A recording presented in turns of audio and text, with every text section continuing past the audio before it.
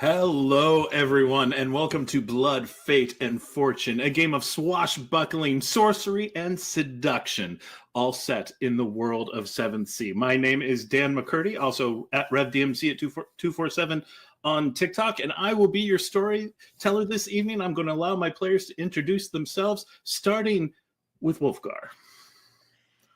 Hello, I am Wolfgar, Reaper Wolfgar on TikTok and everywhere else that matters. And tonight I am playing Fr Rafael Rodriguez. That way, and passing it along. See, I knew I was going to do that. Hi, my name is Natalie, also known as Gizmos Aplenty across all the social medias. And I will be playing tonight Leonora Orsini, or Nora for short.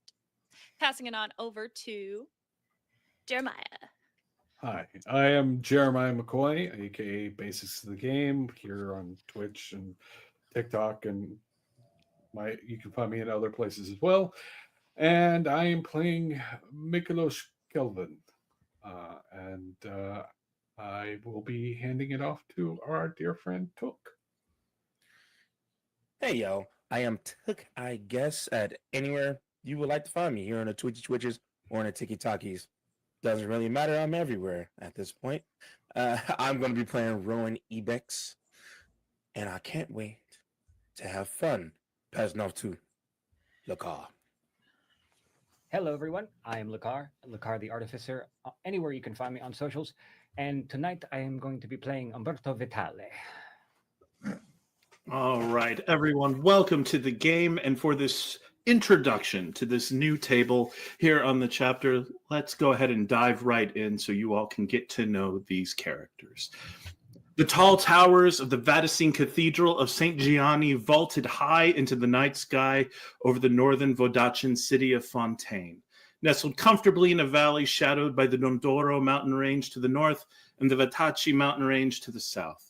From inside those tall edifices, constructed painstakingly over decades with granite quarried from the southern range, large bells cast from bronze mined from the northern range tolled the hour. Their heavy tones carried to the mountains like the cry of a child to its mother before echoing back a mournful song of loss and regret. Inside the Gothic sanctuary, in one of the side niches, a small group of people stood, holding votive candles and listening quietly as the words from the teachings of the prophets washed over them, readings of solace for those who mourned. The mourners' faces, however, showed more relief than grief. 3 months. 3 months had passed since the deceased, the former patriarch of the family, had died. 3 months without a funeral. The man had held influence and respect in his time, but he had also supported the older Vatican ways. The ways before the Inquisition had spread its tendrils everywhere, and now that his ashes were filled in that small urn, his influence forgotten, no local priest had dared earn the ire of the swords of the faithful by performing the rites to the honorable dead. Until one priest had simply arrived one day, clad in his vestments slashed with blue rather than Inquisition red, and offered. It couldn't happen in the day with the parades of well-wishers the man's life had warranted, but at least the prayers would be uttered, and the family could find peace in his passing. Raphael, would you please describe yourself and your mood as you perform the ceremony?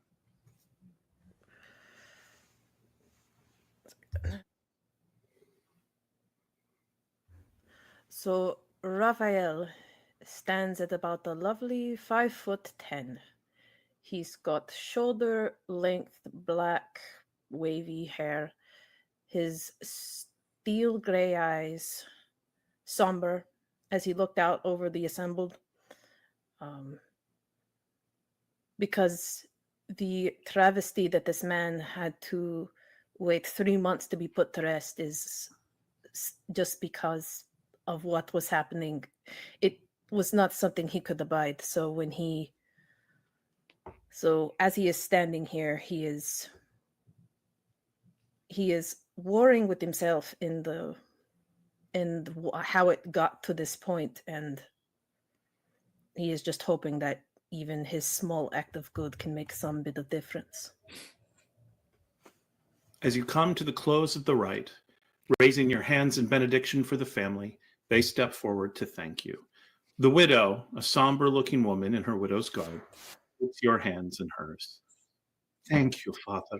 My Giuseppe deserved more from the church he loved so much. I am grateful that young men like you remain to care for him as he cared for so many others. It is not a problem at all. I would do this gladly and without regret. But we are all so grateful, and you have come to us in our time of need. Tell me, is there anything you have need of in this time? I know it is not difficult for those who still wear the blue. Just a place to rest my head, and if you could do me just one small favor. Of course, what do you need? Hold on to the faith that your late husband carried. I need that is going to get a lot harder, and I am more than aware, but hold on to that. We will, of course we will, and we do our prayers every day, and we hope for the day when this awful time will come to a close. Suddenly, there's the sound of heavy boots on the tiled floors, and the family look around concerned. Inquisition? How could they have known that we were? One of the younger boys looks ashamed, and his mother looks at him. I'm sorry, he cried out. I was in confession, and the confessor asked me my sins, and you said the church didn't want us to have the funeral for Nono, but we were going to anyway, and they weren't supposed to tell anyone if you say it in a confession. The boots are getting closer, and suddenly around the corner, a platoon of guards wearing Inquisition colors, led by an officer, march into the place, blocking the whole group into the niche. So, it seems funerals are taking place in the shadow of night now. So curious. One wonders what sins someone must carry in their soul to hide from the light of Thea and the prophets in this way. He steps forward. Raphael instinctively sort of gently pushes the widow behind him and steps in front, drawing himself to his full height with his hands clasped in front of him. And he says, you know, if you were really as confident as you are, you would move about in the light as well as the dark. But the light of Thea is not really what you're concerned about, is it? Ah, you see, that's where you're wrong, where we are different. You hide to the shadows to cover your sins. We go into the dark to bring the light there. Whatever you tell yourself that helps you sleep at night. Oh, we will sleep very well after this. It is good we found you all. This heretic has clearly led you astray. Stay back, keep your hands where we can see them. Or maybe we'll have more than one for the racks tonight. And he goes to pull his sword. And before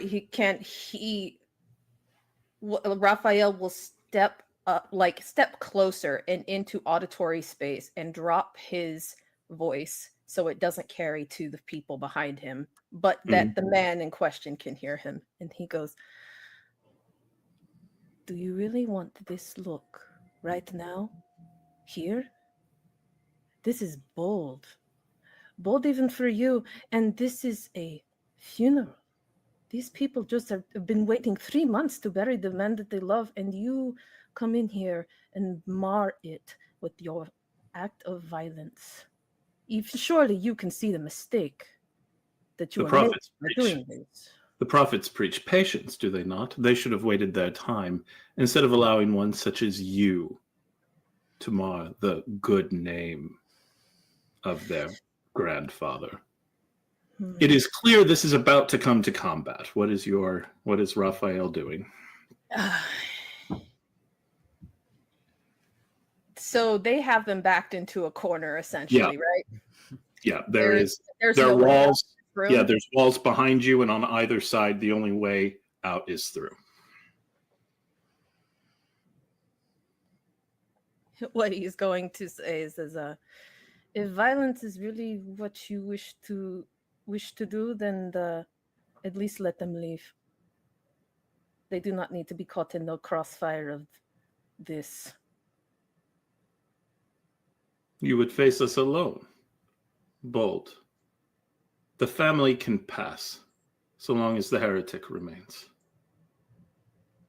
And it was clear, and like a few of the young men at the funeral were stepping forward and beginning to go to swords. But when you say that, they look at you, they look to the children, and they look to those who would be less able to protect themselves and kind of give you a short nod and escort their people out.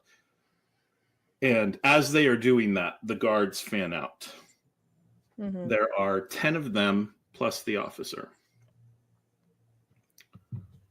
No. And swords and halberds are brought to play as they look at you. Now, are you coming quietly in order to protect the beloved marble from the blood? He like Raphael never goes anywhere unarmed because this is not a man that is stupid. He will sit and say,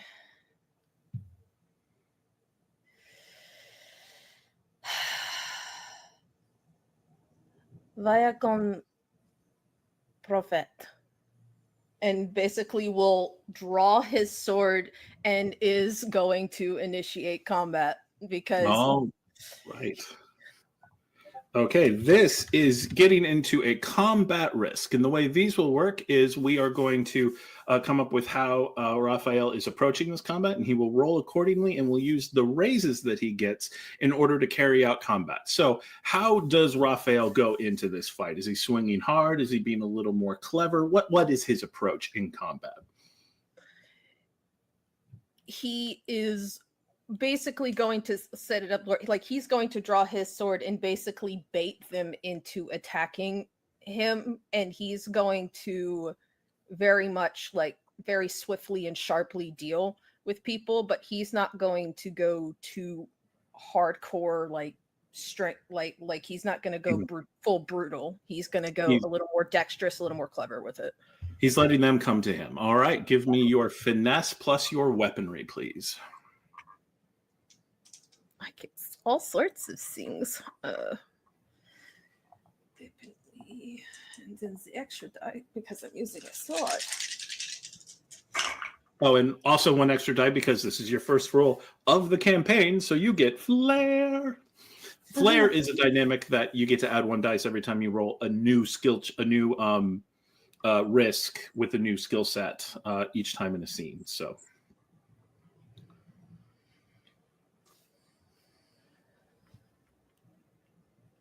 That will be 5. 5 raises. Okay, so first the brute squad is coming forward, and the officer is sort of allowing them to lead this particular charge. You are going to bring down 5 of them in this first round of combat. So go ahead and describe how you go about dispatching them.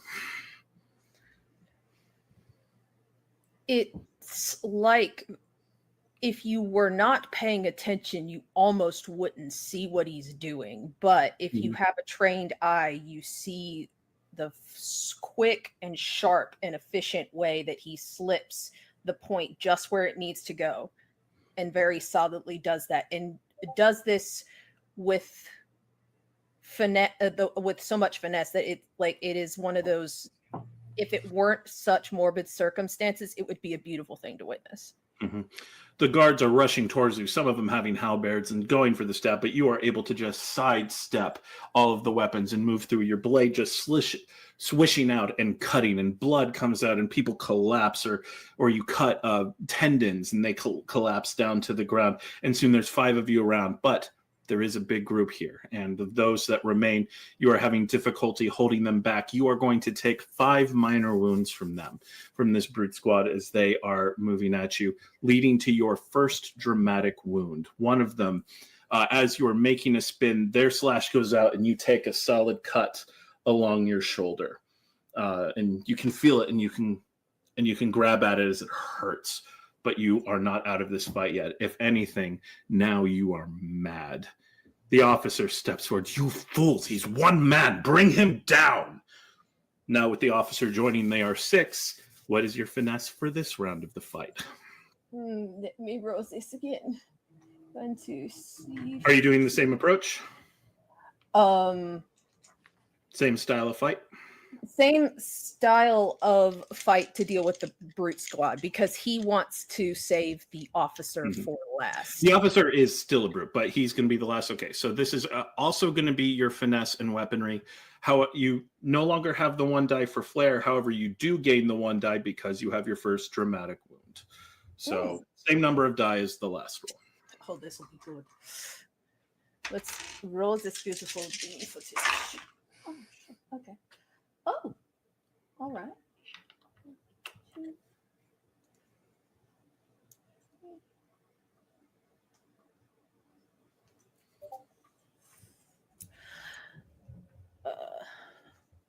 That is 4.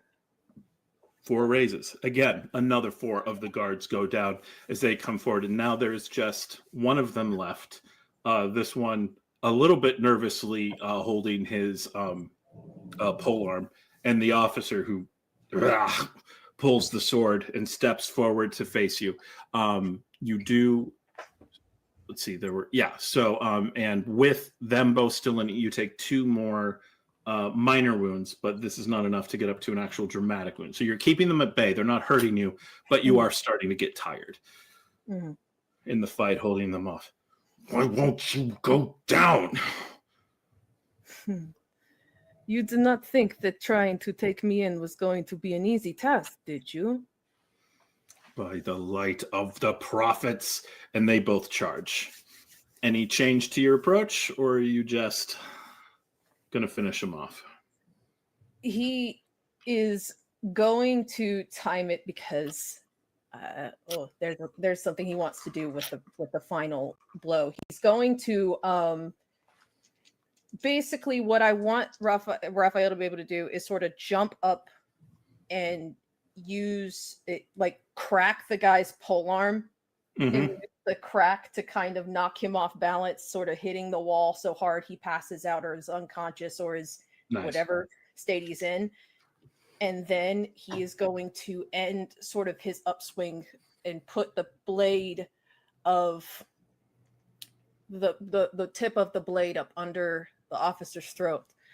And then says, the wrath of the prophet is always hardest on the faithful. And then he's going to finish. All right. This is going to be a brawn and weaponry because you're describing more strength moods. So it's your brawn plus your weaponry skill plus flair because this is a new skill combination plus the die from your dramatic wound. And the one from the fact that he's using the rapier. Yep. Jesus, this is way more than I thought it would be. Okay. The father knows how to fight. Yes, he does. We shall see how well this goes for him. Yes. Oh God. Okay. Oh, good Lord. Okay, that's enough slices. Okay, that is 1, 2, 3, 4. That is 5. All right. Yeah, more than enough. Do you want, because you have more raises than you need to bring them down, is there any edit to the scene you would like to make to your benefit as you were able to escape the hands of this group of Inquisition? I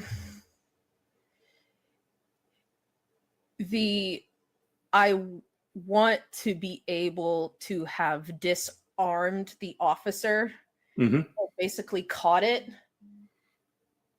and instead of using his own weapon, he's going to use the officer's weapon to do.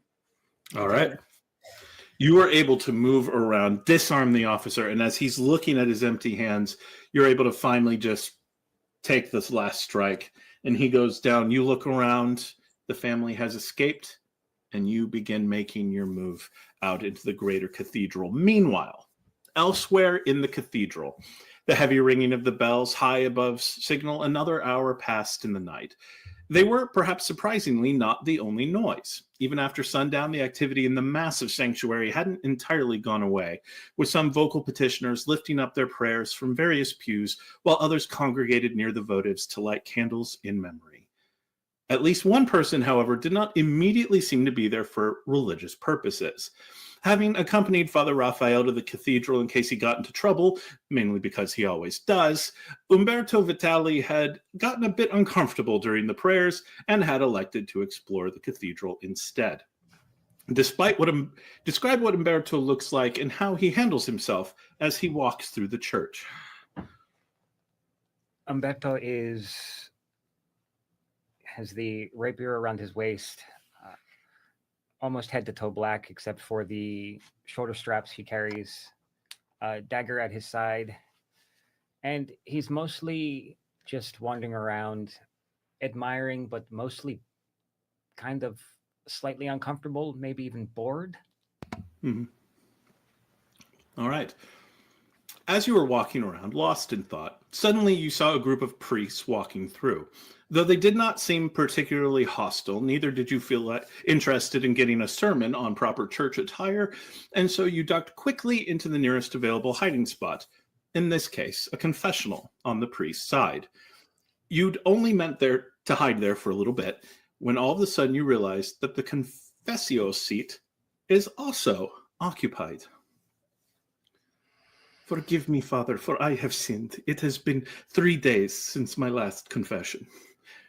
More than a little surprised, you surreptitiously glance through the veil that separates the two cubicles and see a very attractive woman, likely in her mid-20s, wearing a snug bodice and with long red hair tied back behind her neck, going down her back.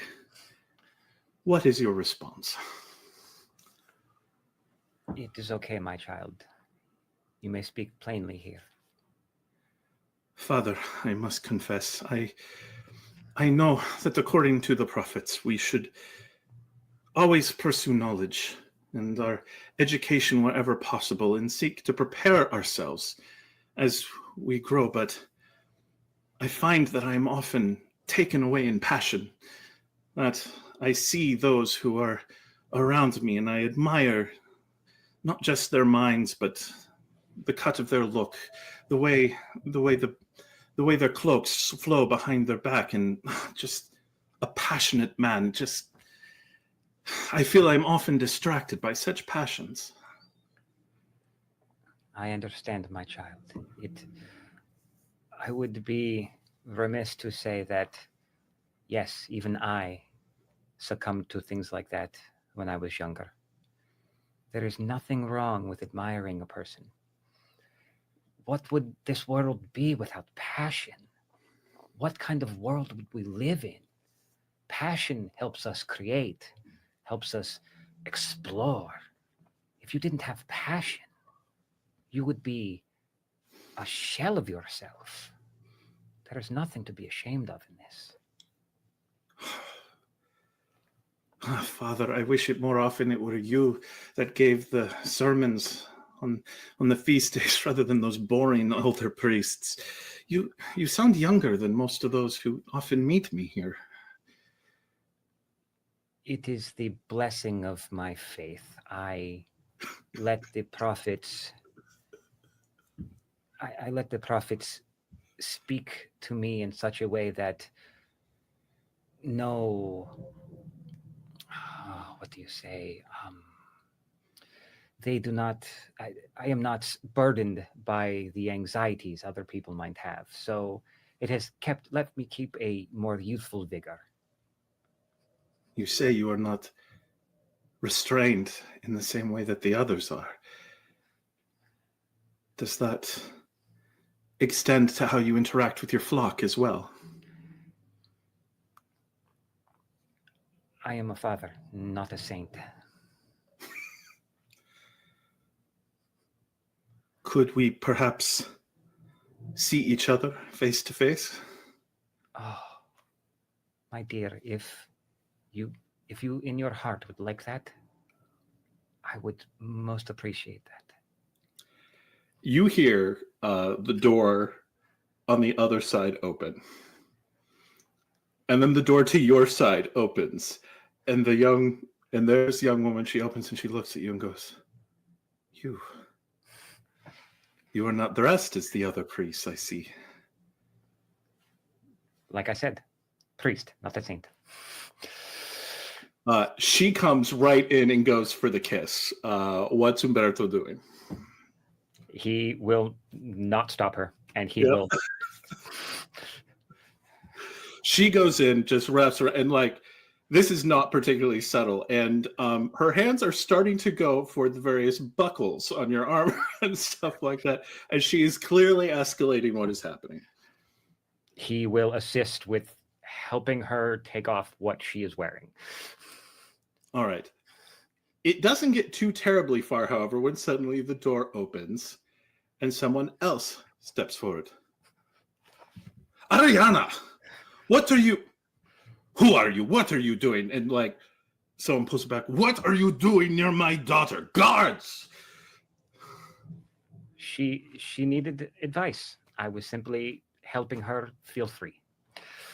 Ah! And this guy is hurling himself at you. What are you doing? He will just Spartan kick to knock him backwards. All right. Go ahead. Yeah, you are. This is a risk. Go ahead and give me your brawn and brawl.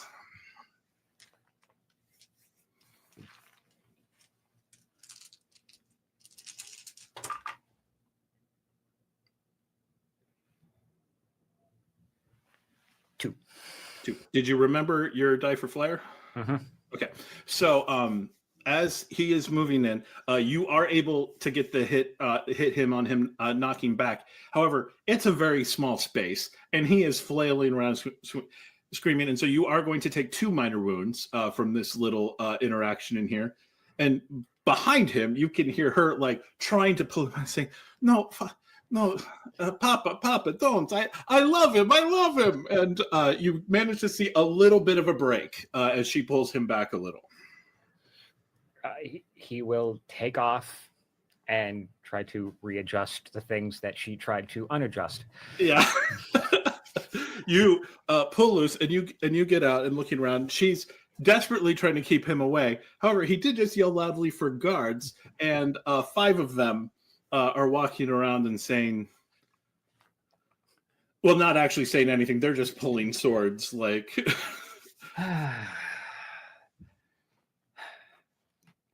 The things I do for love. And he will draw his sword. Okay. They are rushing in. It's just the 5 of them for right now. How do you approach this moment of combat? He will just kind of smirk. And as they get close, he'll be like, "Look, she threw herself at me. I did not say no. This is not my fault."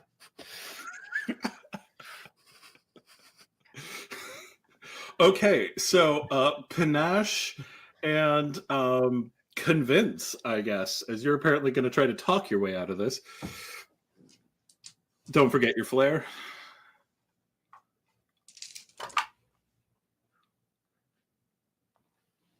One. So one of the guards glances over and says, "Oh, it's Adriana." Yeah, no.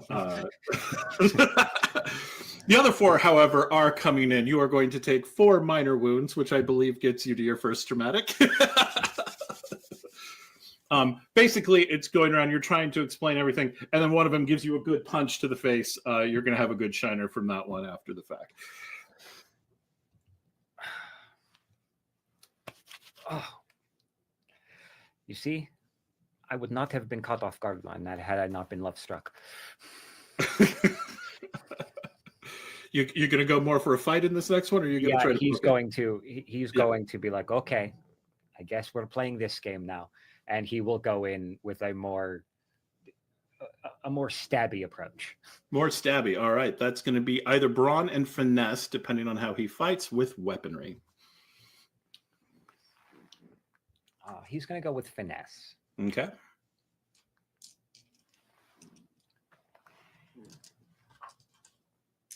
So finesse and weaponry. Mm-hmm.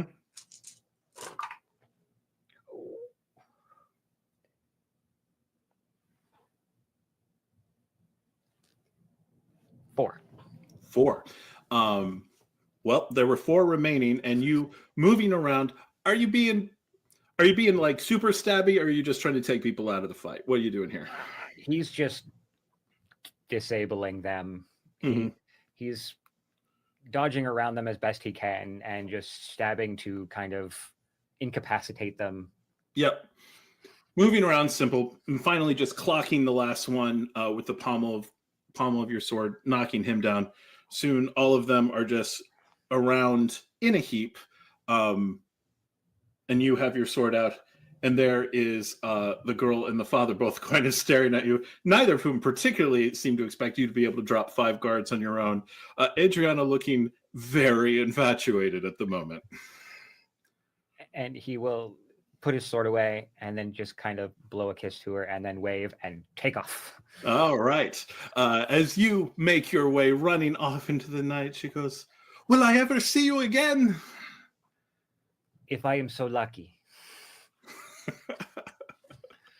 All right. Meanwhile, several stories above, a small wooden door opens in the side of one of the cathedral's grand towers to give access to the roof. At first, nothing comes out but a string of expletives in a Castilian voice tinged with an Avalonian accent. But finally, a hand emerges from the shadows, getting a grip on the iron fencing that had been placed there, as Roan Ibex emerges from the tower and steps out onto the roof. Rowan, would you please describe yourself? Currently unclipping the helmet because they are now sweating hard as fuck.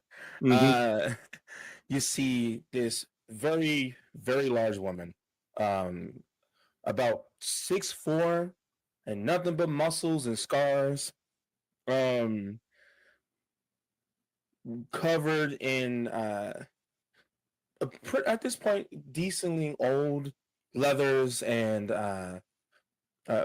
very much so like warriors garb, bits of metal but mostly leather, and straps, and various small carving tools for certain things, and a large axe in her hand. When she unclips the helmet and the covering for said helmet, a giant puff of curly black hair just puff out and legit kind of make a popping noise.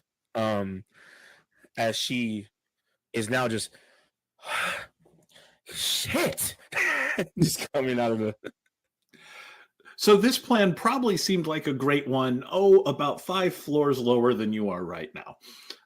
You'd been approaching the cathedral with Rafael and Umberto with the intention to keep Rafael out of trouble when he had mentioned that this particular cathedral was one of the oldest in Vadachi, completed during the Second Prophet era of the Vaticine faith, but designed and largely erected during the First Prophet's era.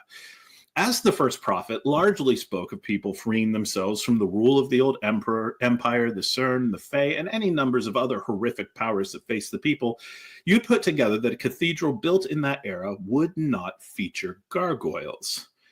And yet, as you looked up, you could see the Gothic figures standing guard on the highest walls.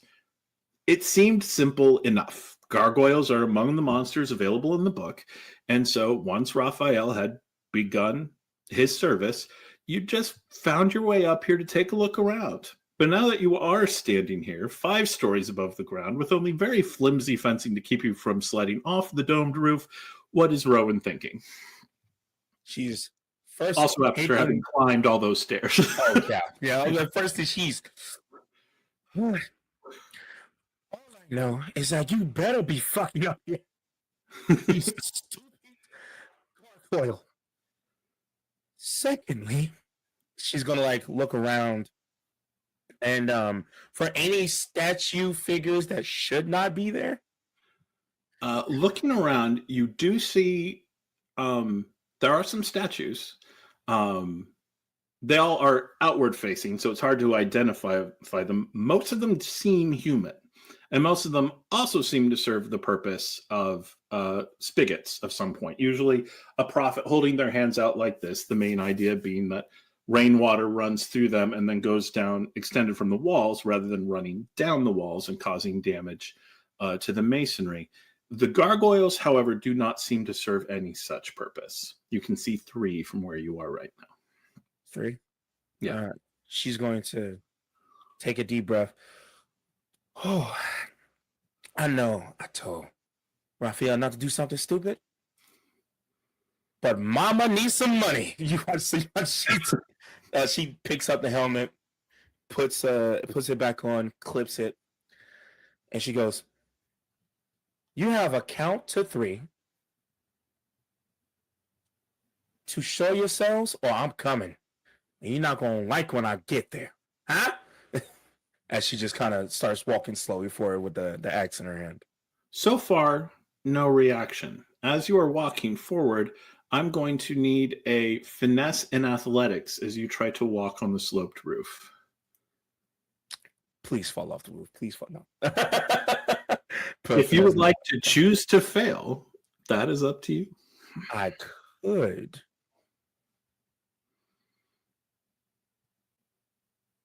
No, I can't do it. I'm not going to. I did think about it because I get something real good if I do. Finesse and athletics, and this is a new roll, so I add a die, correct? So you add your flair. Okie dokie. That's 2. Forgive me, counting is very slow. On my end, anyway. This is what editing is for. Well, 2. But 2. barely. Yeah. So you don't have any extra dice to sell to me? No. So you're making your way forward. There are a few slips along the way, but you always manage to catch yourself. You are going to take a couple of minor wounds from this, just from the exhaustion, moving yourself. And so far, none of the gargoyles have moved. They look still as stone. And you're starting to get close to one of them. She is going to take out one of the tools, which is like a very sharp carving tool. Even for like anything stone, it would kind of pierce it or slice it or make some type of mark, like a deep mark. And when she gets close enough, she's just going to run it real fast across one of the legs of the gargoyles. As you are going for that slashing action, suddenly the gargoyle moves. As much as it looked like stone, you were not expecting it to be this fast. And it manages to knock away your carving tool. And it gets knocked out over the side and falls and falls and falls and then sticks into the paved plaza down below. And the creature turns around and its wings unfurl big and it stands. And you realize with where you slashed and where it circled around, it is between you and the door. And you are between it and the edge of the roof. You know, hey, you know how expensive that was? You fucker. That's not okay. It's not okay. And secondly, she's gonna run. What is your approach as you move into attack? Wings are important for it. So she is going to swing.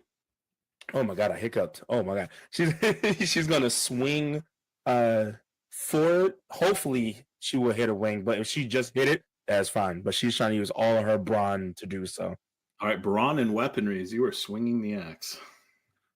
Okay, brawn and weapon. Oh man. Roan is a beast. And I am so happy.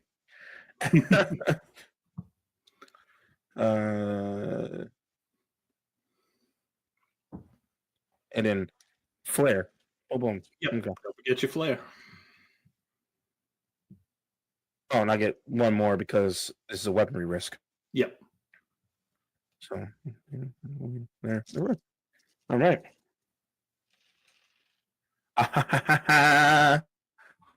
The die likes when I hit things really hard. That is. Oh my god, math. 1, 2, 3, 4, 5. 5 raises. 5 raises. You bring the axe down hard, and it hits the creature, and it gets knocked back a second, and it managed to turn to avoid taking the brunt of that to a wing. But there is a cut down the side of its face and down its chest, and and you can see where the cut is. It almost looks like it is bleeding mortar. There's this grayish, viscous substance starts coming out, and it snarls and it charges you. I'm going to spend a villain point. I get villain points at the start of every session for each hero present. Its wings give a hard push, and grabbing you, it flies out over the edge. Its wings now beating. It is flying in the night sky, and it is holding you with its arms as it goes for a flight. And you can see as the other two you saw took off, and they're starting to converge in your direction. You are now airborne. Yep. What is Roan doing? No matter what I do, I'll always somehow end up in the sky. I don't understand how this works. She actually, instead of getting scared, she gets very excited. She goes, I have never been this high. You are accomplishing a dream for me, you stupid. Beep, beep, beep, beep. String of curse words. And in the process, she is holding on to it as much as it is holding on to her, and she is taking the axe and using all her strength to basically punch the axe into his chest repeatedly. All right. That, again, is going to be a brawn and weaponry. I'm going to penalize you 1 die because you absolutely do not have room to swing the axe right now. Oh, that's why we're going with a punch. But I don't know how much that's going to do. If you want it to be a punch, if you were explicitly punching, no penalty, but it will be a brawl roll instead of weaponry.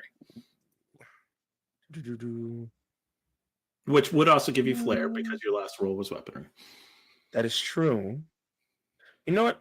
Fuck it. It's not as bad. I don't get the bonus because it's not weaponry, but I still get the flair, so it's still a good roll. Mm-hmm.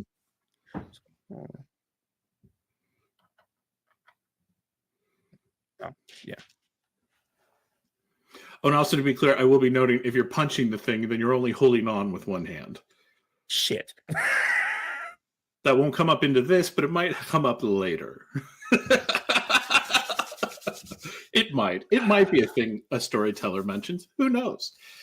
Maybe I would thank God. You know, fuck it. I'm taking a risk. Why not? Let's make it fun. Okay. And I need to get die that I can see better because that looked like a 3 and it was not. I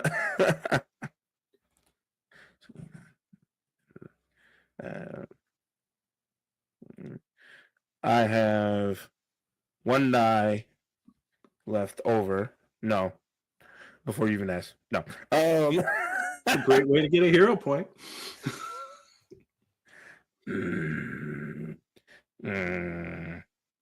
No. Not yet. Not yet. I'm not gonna whore out right yet. 3 successes. 3 successes. You are pummeling this thing, and it is. And Rowan is not a dainty flower. She is massive. She is strong, and you can see its skin starting to crack, and it gives a screech, and it goes to let go of you. You son of a bitch! What is Rowan's approach to not fall? Not fall. Okay, I have 2 ideas. When it lets go, she gets enough room, but just enough room to swing the axe into it, enough that it sticks and she holds on. Or grapple it up and bring it with her. Either way, either would work. Which one sounds more badass? Let it drop you so I have the full swing of my axe sounds pretty preposterous. I'm gonna do that then. Okay, all right. That is going to be because this is a finesse move because you're not just trying to hit it, you're trying to latch onto it. So this is going to be your finesse and weaponry, but you will get flair plus the bonus because you're using your weaponry skill. Yes. Okay.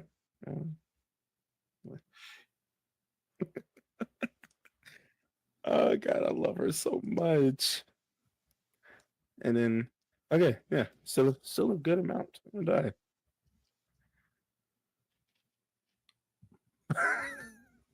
Okay, that's not horrible. And I'm going to say, because this is a very difficult thing, you only get one shot at it. It's while you're falling and flailing. This is going to be the rare risk where you need at least 2 successes to have completed the task before you get to wound mitigation, because this is difficult. Well, how does 3 sound? 3. All right. The creature lets you go, but you were ready for it. And as it goes back, you still have your axe near you, get through it and manage to make the swing. Your axe catches it in the back of the neck, right behind that massive head. And then the hook of the axe catches, and immediately its head gets pulled forward. It is not built to fly that way as it's getting yanked down, and its wings are desperately trying to keep it up. But you are falling and falling and falling and falling, and then wham, you hit the ground. You pulled it down with you, and it slowed you significantly. This is going to be your finesse and athletics with 4 risks of wounds. Because this was a fall, but you had some control. And you do see the other 2 gargoyles seeing this. They started converging, and they're like, nah. And you see them fly off. I have a proposal. What do you got? She is very skilled in using a horse.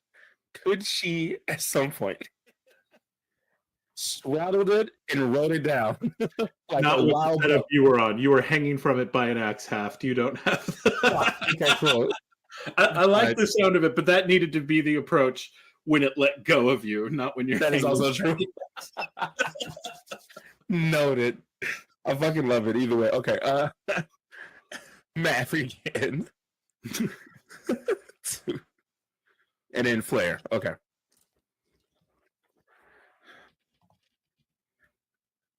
Oh shit. Okay. That's really good. Shit. 3 All right. with 1 left over. So you're able to stick the landing. You're going to take a grand total of 2 minor wounds from this as you hit the ground. Does that get you to a dramatic? No. Oh, Not wait, yet. you didn't All tell me how much was the last ones I took from. Oh, from your swing, just the 1. Okay. Then no, I'm still good. Okay. All right, and you get, it hurts, but nothing's broken, nothing's bruised, and you pull yourself up from the crash because you went down pretty quickly into a little park over on the side of the Grand Plaza that you had briefly been flying over. And you look around and you look down and you see that you have crashed into a fairly large oak tree, and the creature's head has been entirely smashed against the trunk of that tree. You would look down. Son of a.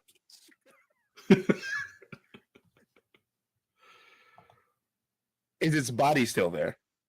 Oh, yeah. Can't do anything with that. And actually, you see the body's deteriorating very quickly. Motherfucker. Like the stone is reducing to dust, basically.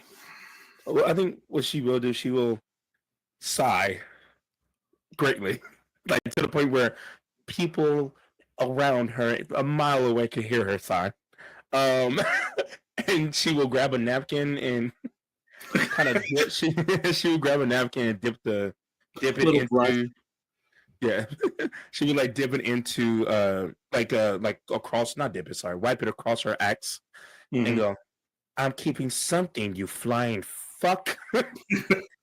And she will put the bloody, like gargoyle bloody napkin into her pocket, and then she will go, "Okay, time to find my friends. And when she walks, you hear a click on her ankle. She goes, God damn it, God damn it. Meanwhile, on the other side of the church building, all is quiet. The toll of the bells long since faded as a man, at least a few years older than most of the other companions, walks slowly among the various tombs and gravestones that can be found in the churchyard. Mykolas, would you please describe your appearance and your mindset when walking in such a place? Mykolas is a tall man, bit rough around the edges. He's looks like someone who's been weathered a bit. He wears clothes that look like they should be a uniform, but none of the insignia that might go with the uniform. Mm-hmm. He is armed, and does not hide the fact that he is armed. Not the simple dueling sword, but has pistols, has a rifle over his shoulder as he walks along, just looking at the gravestones and enjoying the silence for a bit. Now, theoretically, you are here because it's a generally quiet area with several places to hide, while affording you the opportunity to keep a good view of most of the outside of the cathedral should a hasty retreat be required by your companions. At least that is what you told them. But in truth, you're here for another reason as well. You made a deal. Remembering a moment of powerful cold extending from you like some kind of horrific reversed torch, you shiver despite yourself. You had summoned the power to aid your companions, but now there was a price to be paid.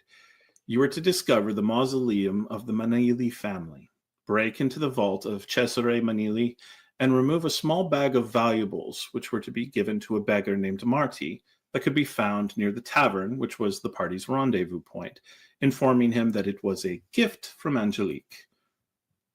Thinking of the kind of churchyards that were to be found near your hometown, however, you hadn't quite realized just how large the churchyard of such a large cathedral could be, and so you have been searching for a while and need to find what you're looking for soon, or else your companions might find you and start asking questions that you don't currently much want to answer. How do you go about your search? He is, if it's got valuables, it's probably a decent sized mausoleum. It's probably something that not a poor family would be able to put together. So, and those tend to congregate in at least a certain particular section of a graveyard. So he's going to start looking in the rich people's section and just looking for the names to see if we can find a name. People who have mausoleums also have a tremendous sense of their own importance, so their name will be prominent. Go ahead and give me your wits and notice as you conduct your search. There are 3 risks here, all of them time-based. Okay. As you are on the clock. Okay. I actually have it. Do I get my flair? You do get flair. Okay.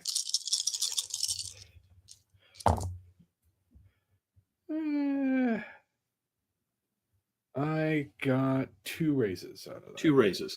You do find it, and you don't take as much time as you could have, though it does take a while. There are several richer places. You get the impression that while the rich do often get congregated, there tends to be a mausoleum and then a number of poor ones around it, and then another mausoleum and a number of poor. Like they're trying to not have like the mausoleum neighborhood. And so as you're moving around more, they were thinking more the aesthetics of walking through and going around. You're searching and you're searching, and then finally you manage to locate the Manili mausoleum. It is a massive granite edifice. You could probably house a small family in there if it was all empty with open room, and you come up and you see the massive doors that are blocking it.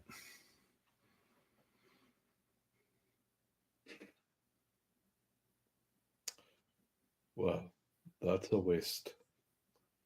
And he will go up to the granite doors and see if he can open them. What is your strength or your brawn? Sorry. My brawn is 3. 3. With the 3, you go up, and we're just asking for the skill here because this isn't a risk. He either can open or isn't. There isn't going to be much damage to be taken. You put your hands against the heavy, hefty wooden handle and give it a yank. And at first, you're not getting anywhere, but then slowly it starts to swing open, and not particularly loudly. This is something that has happened, particularly here in northern Vadachi, more and more as mausoleums and other similar things because of the proximity to the nation of Eisen, letting things into places where the dead are kept has seemed to be less and less of a good idea. But this one you are able to open, and you step in, and your first few footsteps, there is dust and just the smell and quiet and cold of death as you walk into the massive mausoleum. He'll look around at the mausoleum and quietly he will say a prayer, I guess, Mm-hmm. to Zamina, the goddess of the earth, Mm-hmm. to keep them interred. And then he will go in and see if he can find what he's being led to. You see, there are many vaults. The further back, the older they are. The one for Cesare is relatively easy to find because it is the newest one. Not the closest to the door. There are several more vaults to be filled before this one is completely full. But you do see the heavy bronze seal to the vault that goes into the wall. And this is locked.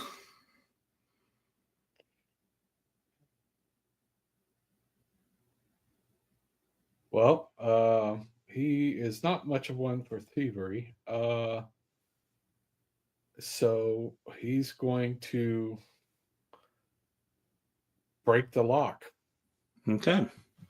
Go ahead, and since this is going to be going for strength, go ahead and give me your brawn and weaponry. Okay.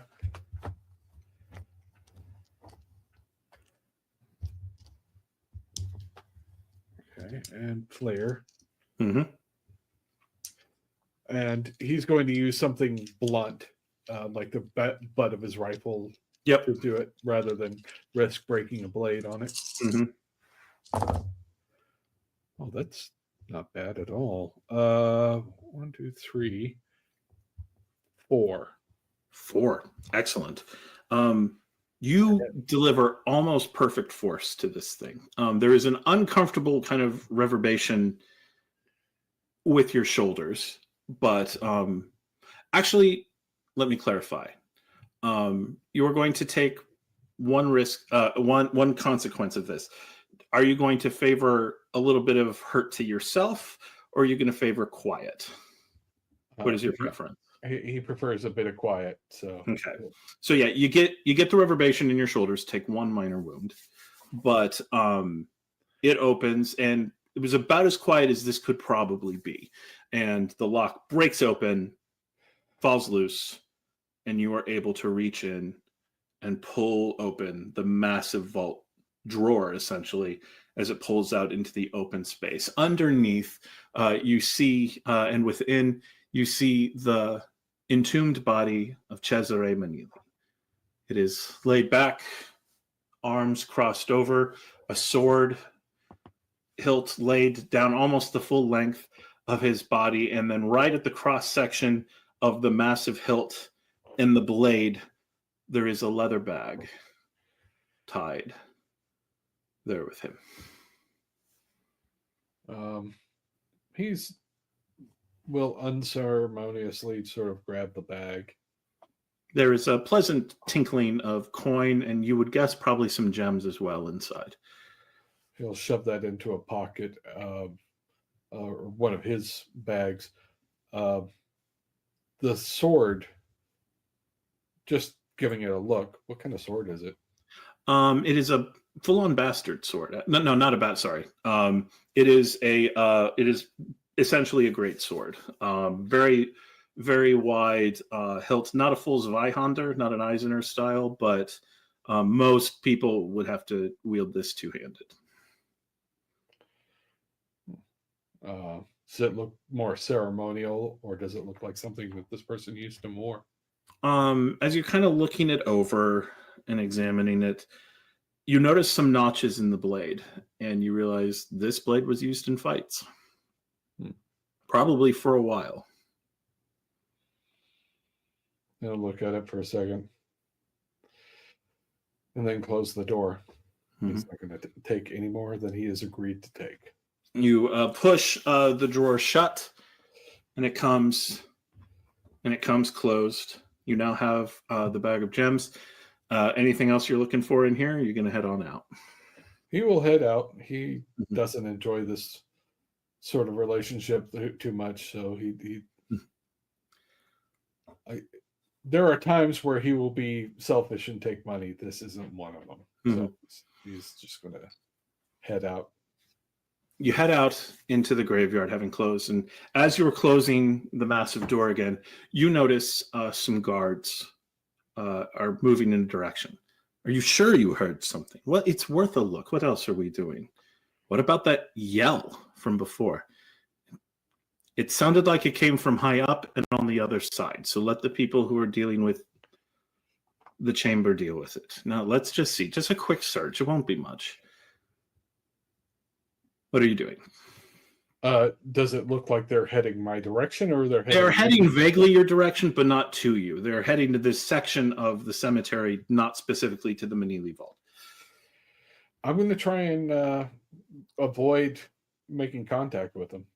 All right, go ahead and give me finesse and hide as you try to maneuver out and around them. Okay. Finesse and hide. That'll work. And this is Flare. Not too bad. Two. All right. You're not the sneakiest guy, but you're not bad at it either. And you're maneuvering around. You're trying to keep mausoleums between them and you. There is one place where you're making kind of a quick step back, and you put out your hand and accidentally grab the sharp part of a little bit of fencing that's there. Minor wound, for one. Unpleasant, but not actually damaging. And finally, you have worked your way around the guards, and as they're continuing what seems to be actually a fairly thorough search, they're guards in a cemetery. There's not much else for them to do. You have managed to get around them, and you are making your way out of the churchyard. You make your way into where you can see the grand kind of square that the cathedral leads up to, and on one side of it, you can see the tavern. That is where your group has agreed to meet after everyone is finished with what they're doing, and where you are supposed to meet the beggar named Marti. He will make his way that direction looking for the beggar, but he's keeping his eyes open. He's making sure there are no watchers, nobody that looks like they're, looking for people like him. Mm-hmm. It is kind of late. And there's a fair amount of chatter. It's like, what do you mean you saw someone flying? No, it was like it had these massive wings, but it was swearing. It was using very bad language, and folks talking as they're moving around. Well, where did it go? I think I saw two of them had the enough of the stories. Come on, let's just go. And but that seems to be all the talk, and no one seems to be looking for any one of your. There are people who look at you and then keep looking and look in a different direction, walk on. No one seems to double take on you. And you get up to the tavern, and out front there isn't anything.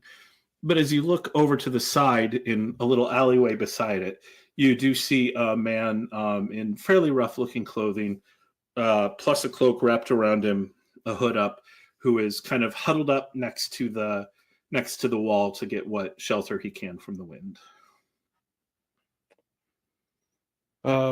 Mykolas will walk up to him. What is your name?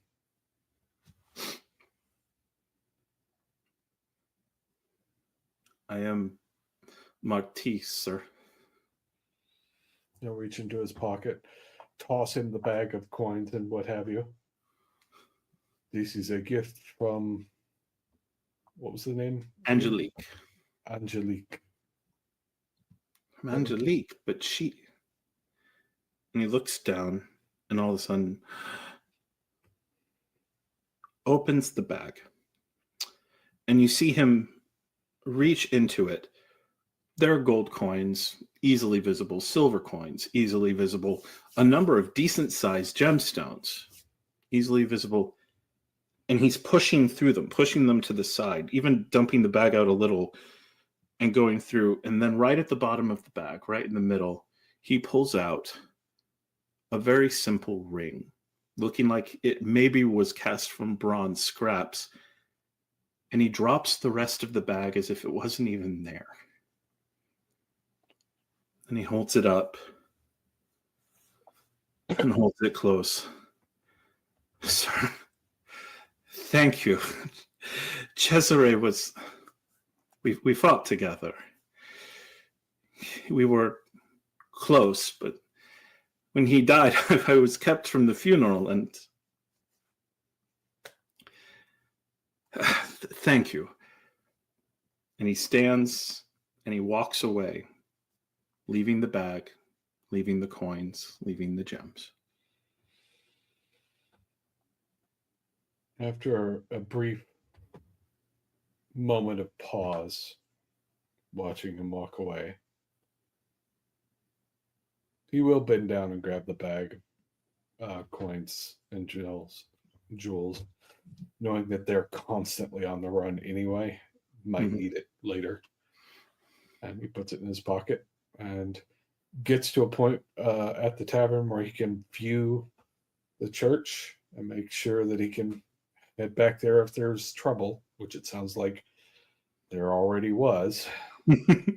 As you were walking around, you do have a sudden feel, almost a spark, like if you accidentally touch something and there's a static shock, and there's a moment and a voice says in your ear, "Well done.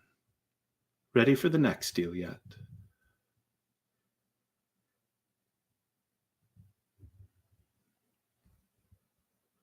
I do not want to deal with you any more than I have to. But it isn't always so bad, is it?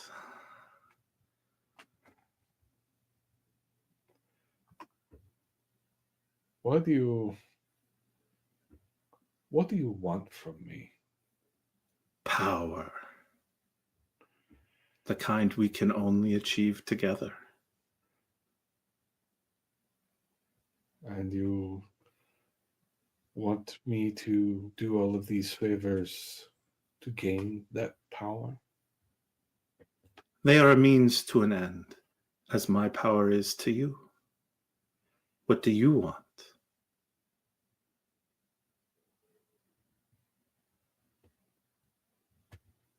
I want the drums to stop.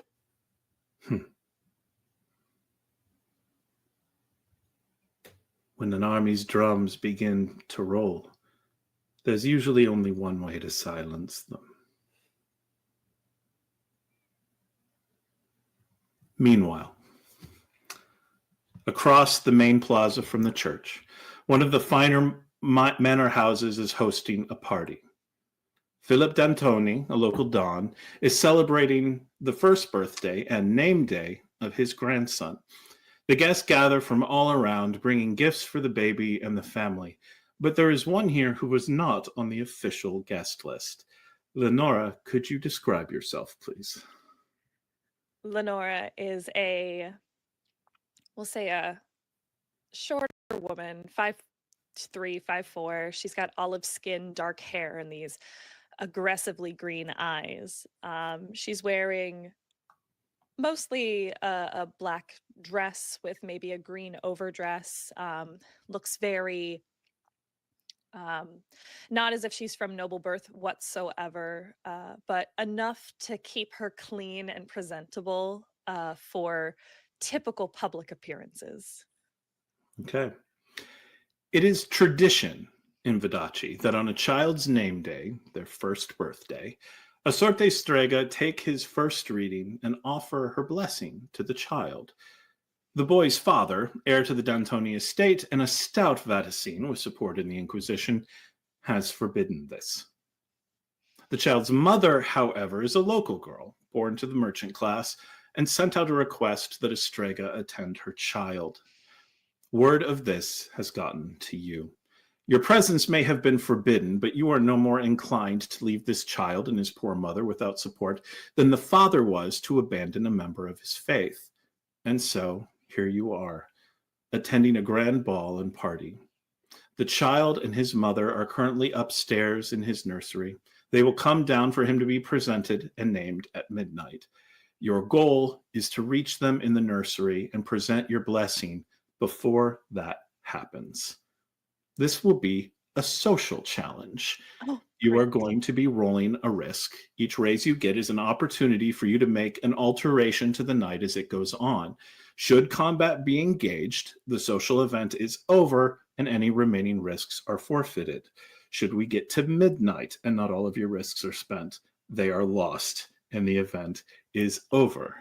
So, sorte strega, you are in attendance at the party, unknown to most. What is your approach for getting where you need to be this night?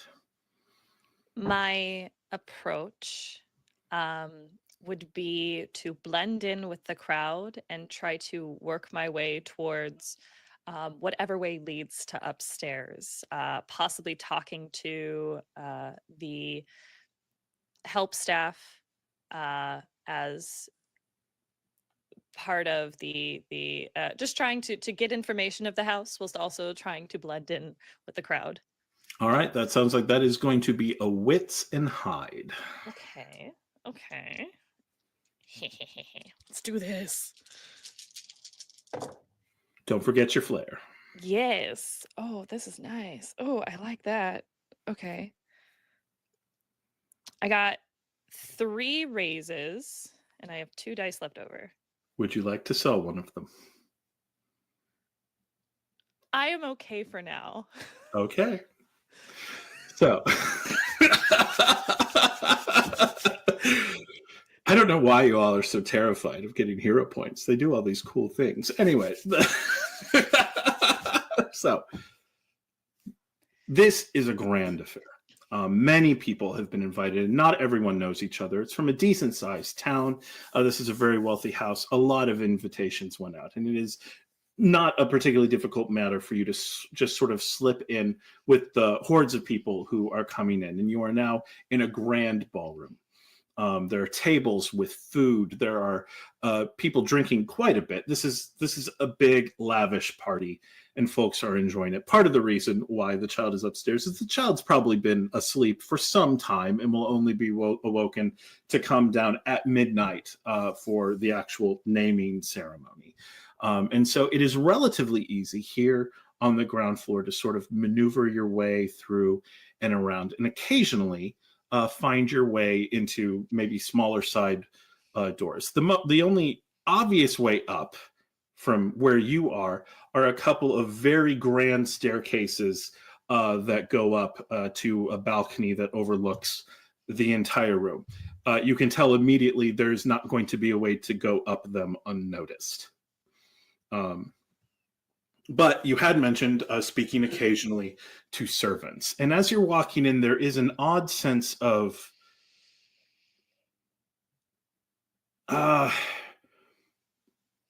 rift in the place.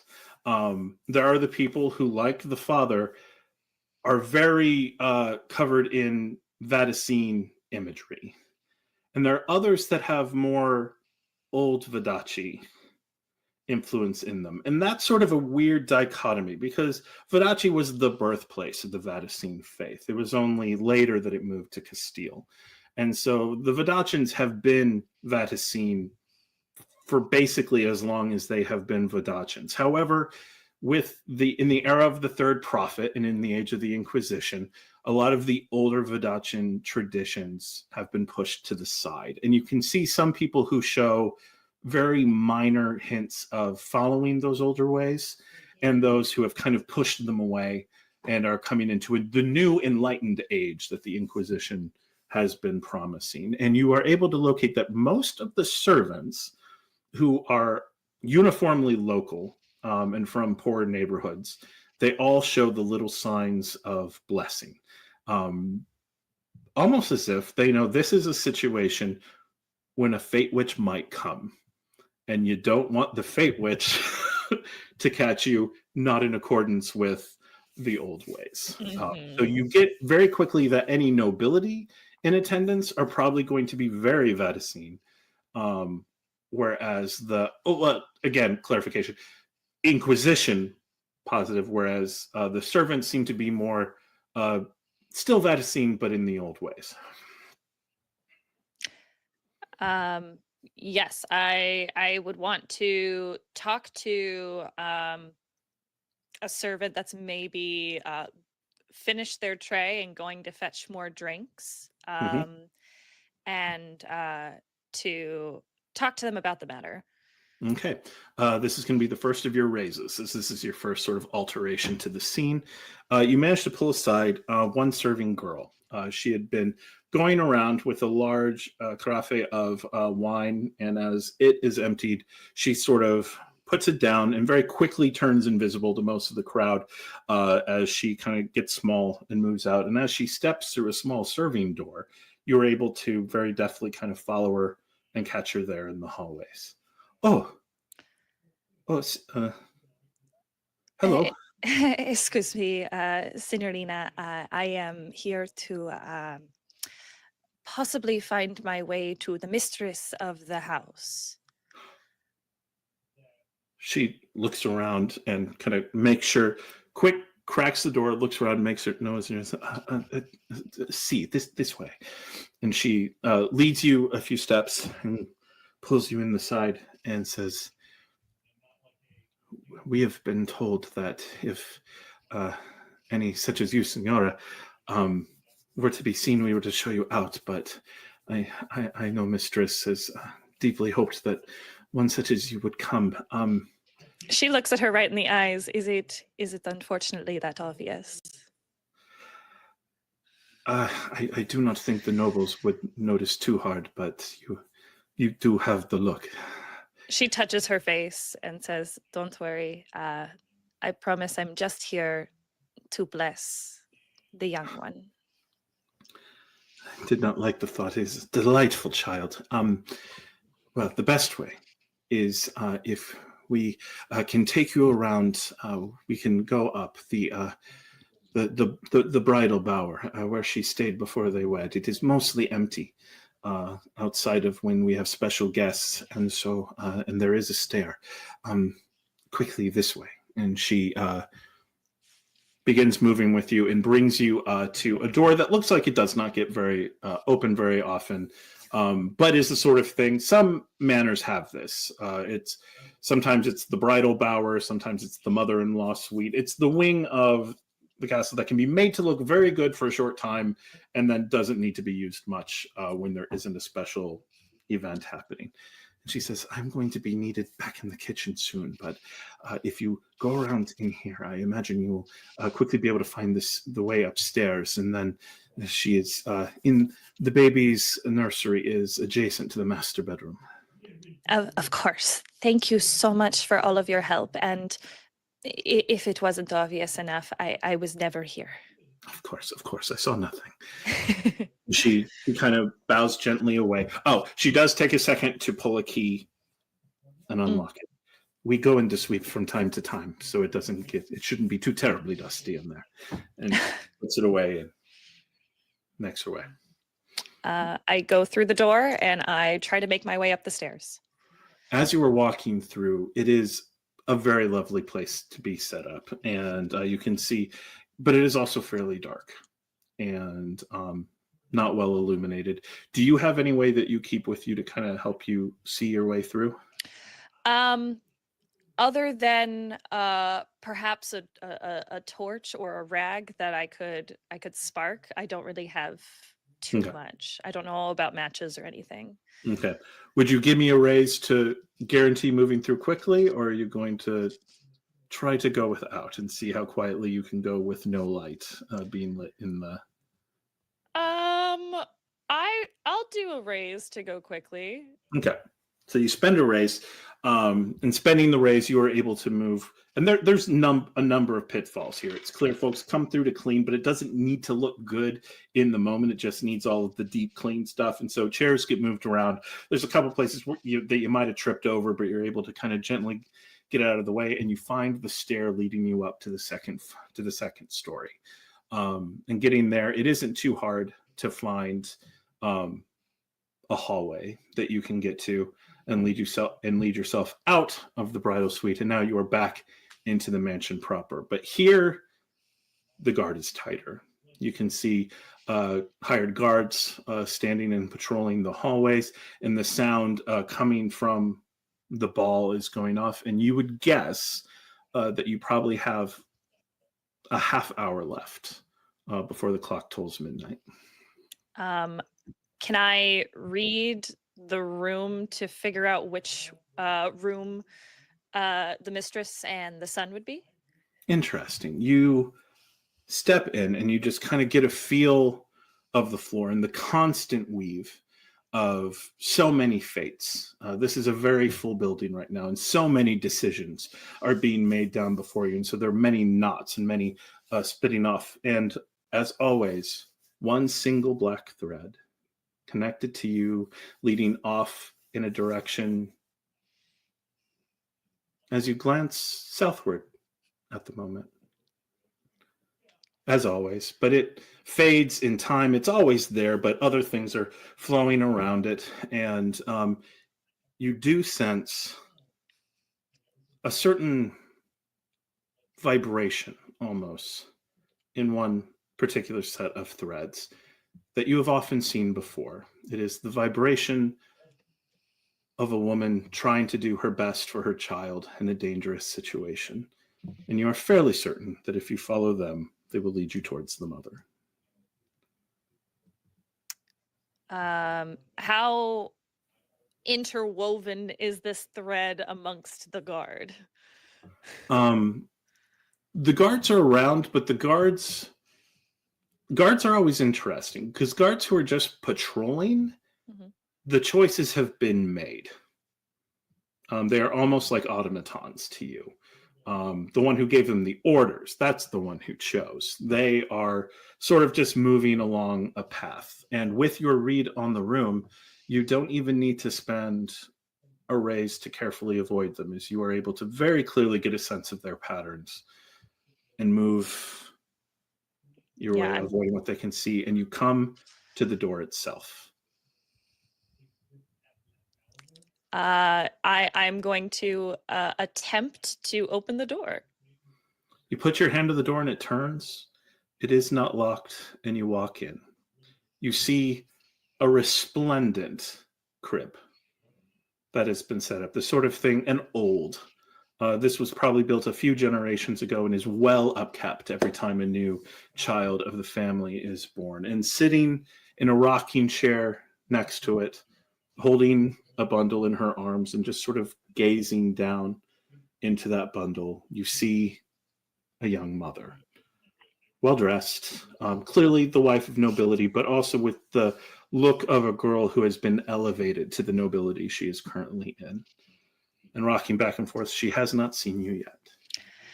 I am going to take a couple steps forward, immediately bow my head and just clear my voice. I'm so sorry, Senora. I do not mean to disturb you or to frighten you. I was called to bless you this night.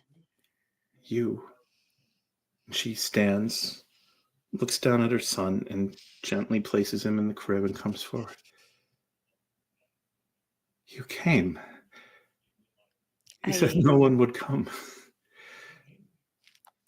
we do what we can to bless the children of fate. She still has her head bowed. Strega, thank you. Thank you. And she comes forward. Is there... Oh, yes, I thought it wouldn't... What do you need? What do we do? I just need a moment with your son. And your presence is much appreciated in this, for we are all not alone in this world. Right. I will be here by the door. I will see to it you are not disturbed. She gestures so gently towards the crib. She puts out a hand to touch hers, just to assure her that everything is going to be okay. You can feel her just sort of calm and relax. It's not even a magic thing you do, but so often when the people call upon the services of Strega, just that reassurance of, it is okay, I am here to help, as opposed to the other thing a Strega could be doing, that she calms and you feel she is completely at peace with what is happening. Mm-hmm. I'm going to walk to the crib and gaze upon the baby. Very beautiful child, again, about a year old, clearly very asleep. And all bundled up in blankets and the like, getting, about to be taken out in probably at this point 20 minutes. Okay. I'm going to ask permission. I'm going to look to the mother and say, is it all right if I hold him? Of course, of course. I'm going to scoop him up and walk a little bit towards the window so that the moonlight can shine upon his face. The moonlight shines and the small eyes open, bright blue. And they look up at you but do not cry. They seem to fixate on you in that moment. She looks at this gift of a child that she has in her arms and makes sure that she also turns so that the mother can witness this. And she just says so simply, you are well loved. You are going to be much courageous like your mother before you. And you are going to have the heart so large that it is going to dispel any darkness that Vadachi sees. And she will kiss the baby on the cheek. Go ahead and take your lash. Yep. You feel as fate twists in the room, and there is that pressure that comes.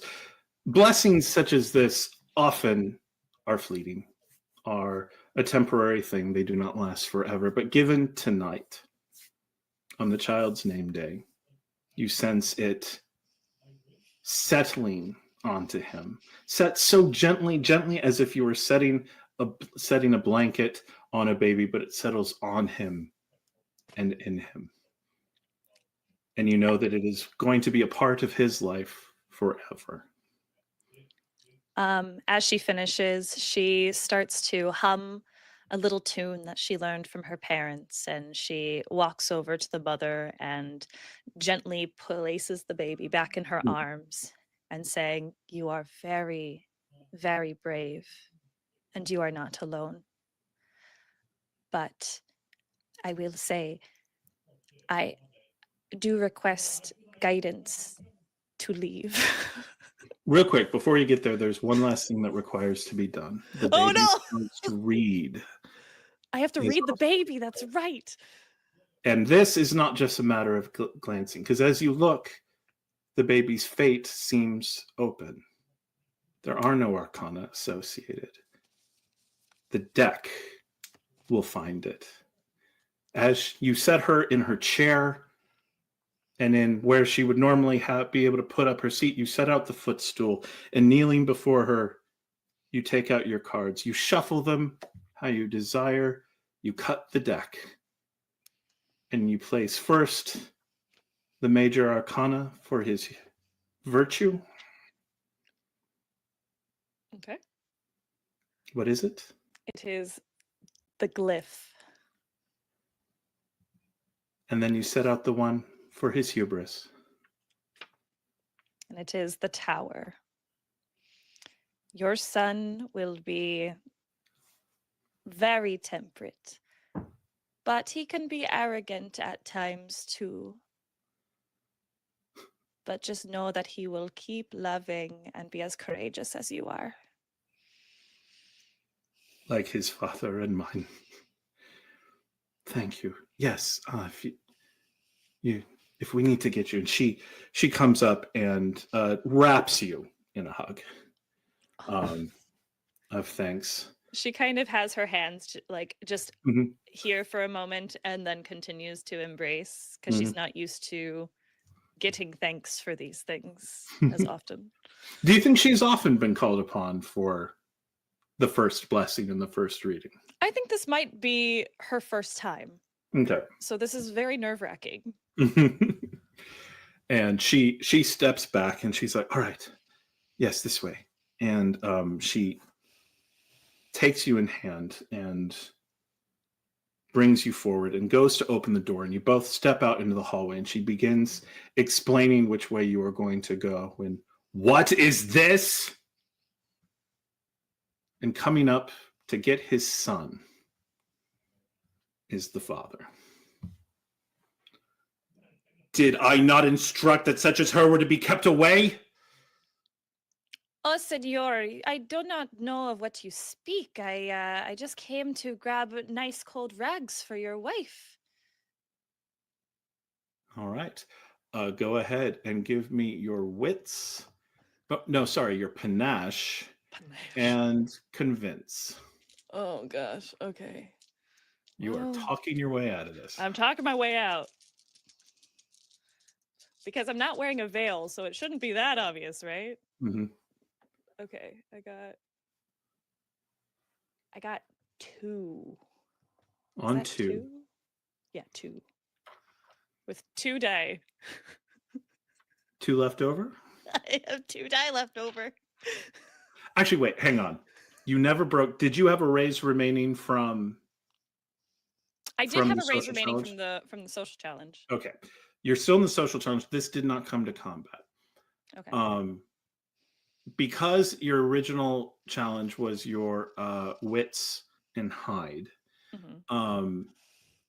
If you can talk me into how you use that to slip, you have been seen. Mm-hmm. If you can use that to talk in how you slip away, you won't need this next risk.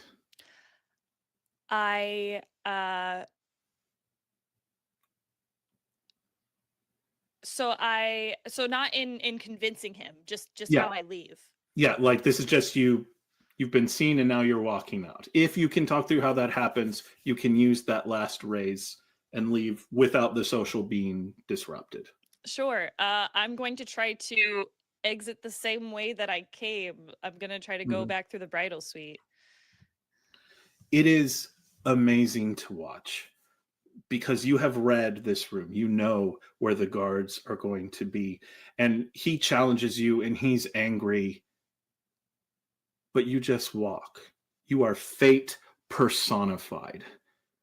You know where the guards are going to be and where they are not. And you step through. It seems like as they are going around trying to find you, every time one of them looks one way, you just happen to walk past where they had been. You are moving through and you actually manage to go. You get into the bridal suite. You head on down and they're all searching upstairs. It doesn't occur to any of them to look in the bridal suite. It's like it's a part of the building that doesn't exist if there is not something happening there. And you step out. And you hear the gong of the church bells, midnight. And they can't miss the name day. And so as you step out onto the floor, you see an angry, but he's going to do what has to be done in the moment, father, stepping forward and naming the child Alberto before all of these summer guests. And they praise Alberto and they cheer him, and you can feel the fate from Alberto linking into all of them. And in the midst of this grand display of fate, again, that one black thread leading south as you quietly step out onto the night streets and head towards where you all will be rendezvousing. And with that, we are going to take a break. Enjoy this quick opportunity to see some other things that are showing on the channel. We will be back shortly. And welcome back. So, all of you managed to make your way to the Horsehead Tavern, which is a tavern and inn there on that central square, which was the rendezvous point. The first two to run into each other actually are not running into each other at the Horsehead itself. Rafael and Umberto, both of you meet quite unintentionally, but more or less simultaneously at the main doors of the cathedral. Both of you obviously in a little bit of a hurry.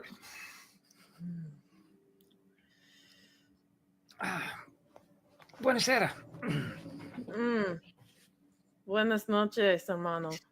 Good to see you are still alive. You as well? And not through lack of trying.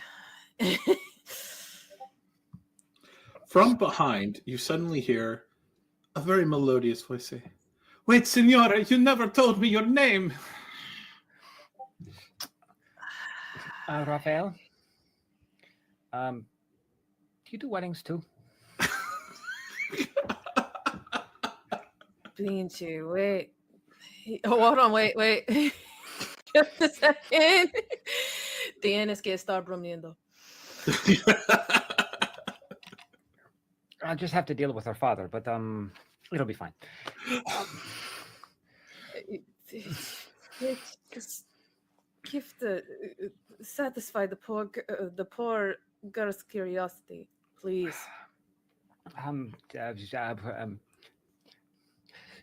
Giuseppe.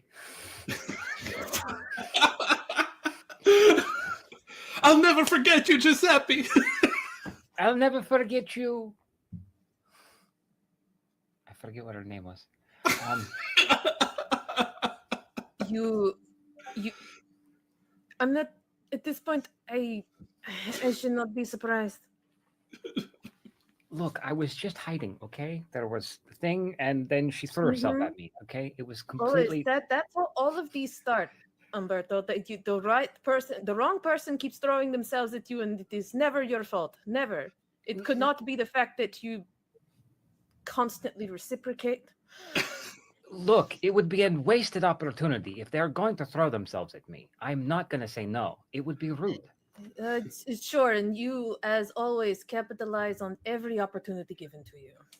Any chance I get. At least you are consistent. Yes. As you two are walking, running, how Rafael, you were not being actively chased. Umberto, you're being only sort of metaphorically chased at this point. How quickly are you moving across the square? I'm power walking at this point. Yeah. Raphael is walking as fast as he kind of bodily can, given that he's got a dramatic wound and a half. Is got his hood sort of pulled up and is like a bit of a hood sort of pulled up, and is going to adjust the cape that he's wearing to kind of hide his arm. And he's just like, he's trying to keep up as best as he can. I imagine that he's probably a half step behind Umberto. Okay. As you all are getting yourselves kind of situated with everything, out of a nearby local park, you see Roan stepping up with a bit of a limp. God. What did you do? Oh, and she tried to straighten herself up, touched the bruise on her hip from where she fell. She goes,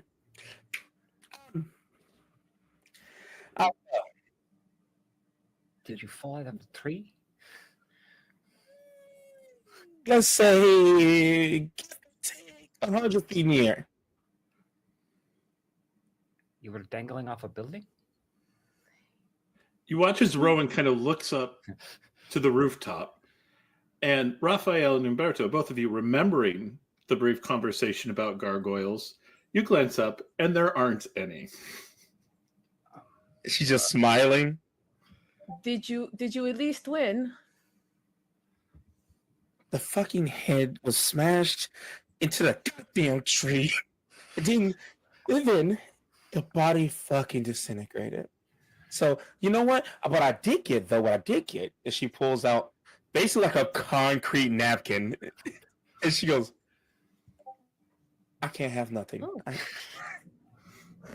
Oy. Lo siento, lo siento. You know what? I think I am sad. She finally looks at the both of them. Oh yeah. What you see when you look, Raphael is doing a decent job of hiding it, but clearly has a cut along his shoulder. And about half of Umberto's straps are not buckled anymore and are just sort of loosely flapping in the wind. You know that the three of us are going to get yelled at, right? I would not be surprised if Leonora didn't do that thing that she has the uncanny ability to do and just To stare into your soul and make you feel guilty about things you haven't even done yet. That and one. I am a priest. Do you realize what that feels like as a priest? No, because you see, I'd have to have guilt first for me to feel it. That is that's a very valid point. There you go. Very valid Well, point. maybe we should get going. As you all are kind of having this conversation, the door to one of the large manors that is up on this plaza opens up, and Leonora Orsini walks out into the night, looking very calm and collected as she steps through, and you see these bedraggled three, as they have been described, coming across the plaza. Was I summoned or something? She would just kind of look at both of them like, did we? Like, kind of in a whisper, but like, did we? Come on, Raphael. we need to go.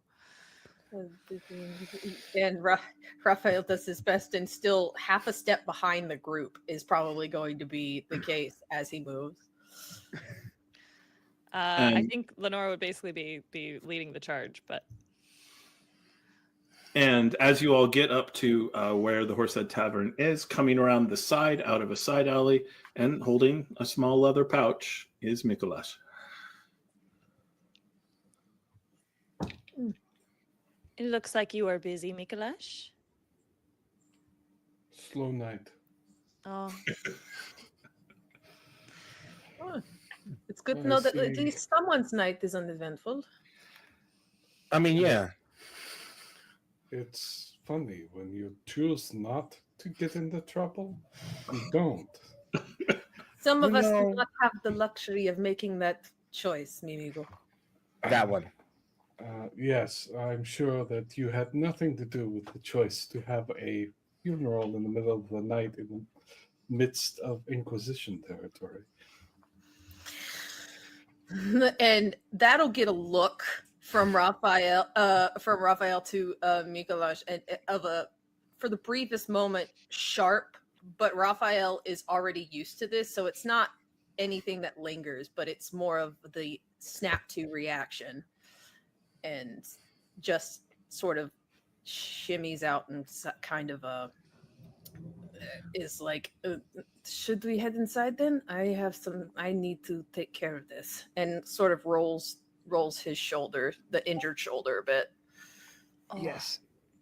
See, I knew you got injured. And he's the only one that got injured. No one else got injured at all. Get inside. Okay. It's just- No, I was not injured, but he'll kind of look back to where Adriana's, direction and go, but I think my heart is broken. Lenora steps in front of wherever he's looking and says, "Get more presentable and step inside."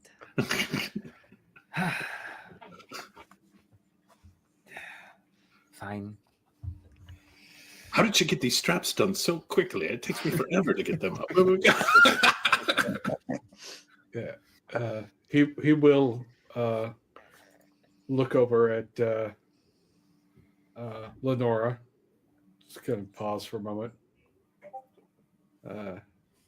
I take it things went smoothly for you as well. She pauses for a moment, looks at him with like a very like stoic look, and then just gets a really giddy smile. It went unbelievably well, Mykolas. I don't know if I've had this feeling before. It is good. I'm happy for you. Come on. Now, Igua, let's go get a drink. As you're heading into the tavern, you do hear a yell from one of the upper windows of the manor house. What do you mean she's just gone?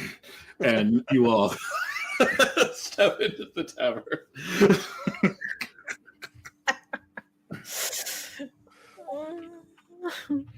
Music is playing, and it is late, and yet a lot of money is being spent out of the manor house. And as they are releasing more and more of the servants for the evening, a lot of them have come to the Horse Head to kind of spend any extra cash they might have gotten from this. And so there's a good sense of camaraderie in the common room as drinks are served and food is served, and you all kind of take your places. You all have been traveling together for a little while now. And what do you think are the sort of rhythms? Do you all share a table? Is it like some people are over there and some people are on the floor? Like, what is the feel when you all are just at a table together and resting?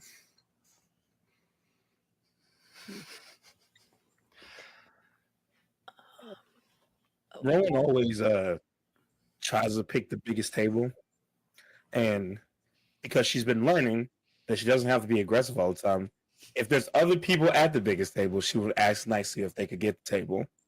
If not, she just sits on the floor because she has been defeated.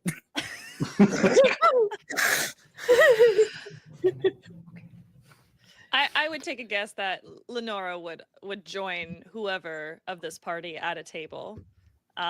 Perhaps offer to get the first round of drinks. Yeah, I think Mykolas is very much more of a let's find a table less out of the center of the room. So not the biggest table necessarily. Boo. Yeah, the biggest table is literally the common table. It can sit like in a place like this, in a city like this, probably like 35 people, and with the understanding that they're not all going to be the same party. However, there is a table that could seat all of you that's open over in one of the corners. Yeah, That seems about right. yep. And he will actually sort of pause or like, no, the first round's on me tonight. Are you sure? I'm sure. All right then. You can get me a whiskey this time. Whiskey. And where they sit down, Umberto is going to always make sure that he's facing the door. Yep. Actually, how many people are in the, like, is there like a race for the chair that has the fewest doors behind it? Is it like, Rafael doesn't want to be found, Umberto doesn't want to be found? I mean, I would like it noted that Rafael, especially after incidents like this, wants to be as inconspicuous as possible because, and it like to the point of, think of the sort of like Aragorn from Lord of the Rings, like hooded in the corner. And in this case in particular, he's going to face however he has to with his injured shoulder away from the most prying eyes. And he's just going to kind of sort of sit with his wine, and because he's Castilian, and a priest, so he's gonna drink wine. I imagine that they figured this out by now, but he will sort of sit and just kind of make sure that he's got at least an eye on the door. It's a corner table. Yeah, like, there's Plenty only of wall. one. Yeah. There's plenty of wall. yeah. He'll probably, if Umberto gets the chair that is directly into the corner, Rafael will take the one to his immediate right and just sit. Umberto is going to, he's not going to want to sit with anybody around him. He's going to sit like on an edge, but he's also going to try to keep it so he can face, so he can see the front door. Okay. How about Rowan? Just on the floor, or She will see that all of them have taken the best seats, and she will just super unladylike the wall that's like close to where Umberto is, and just knee to chest, head against the wall, with the axe in her lap, Mhm. nursing whatever drink is brought to her.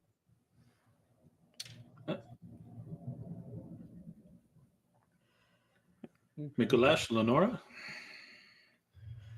Well, if Mykolas is getting drinks, I'm sitting wherever there's a space. So if my back is facing the door, I don't mind. I have to kind of keep an eye on everyone else anyway. And Mykolas will get the drink, or he'll order them. I imagine he can't carry them all by himself. And he'll sit wherever's left, preferably with the ability to look at a door, but he doesn't have to have his back to it as long as he can see it. And amongst the orders of drinks, I'm sure Rowan gets an ale. Rafael gets some wine. Umberto, brandy. That works. Lenora gets whiskey, and Mykolas has a bottle of vodka. Okay. All of these are available in a trade city like this one, and the bartender helps you, brings all the drinks out, and there is actually a girl who's working that night, and so she puts them all on a tray and kind of helps you over, and once you are settled, helps get everyone's drinks out. And she seems she's got brown hair, loosely braided behind her. Our Vidachans would know that it is in the configuration of an unmarried young girl, but who is of age to get married. And she's helping everyone out. Her eyes linger for a moment, particularly on Rafael and Umberto. Though everyone does, get kind of respectful, very sweet, very, very energetic as she's getting everything out. Now, can I get some food for any of you? We do still have the pot bubbling in the back, and there is bread and other such things. Ooh, ooh, ooh. All of that. Of course. We also have chicken roasting. Oh, yeah. Yeah. Yeah. She's like gestures to everybody. Rowan, we have not been paid this if you can understand with your trophies. I don't know if we can get all of it. Two things. We will get a thing of chicken and some bread. Yes. He Say what? You were saying, Nora? I am just astounded. When did you get so much money, Mykolas? It seemed like a good night. Well, That did absolutely nothing about answering her question, but it is what it is.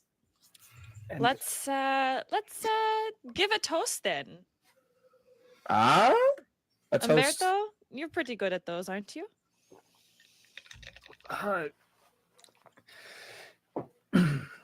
I suppose. I mean, I don't want to show up anyone, but if you insist. Liar. I just one quick question, Rafael. Do you want that one, or can I have her too?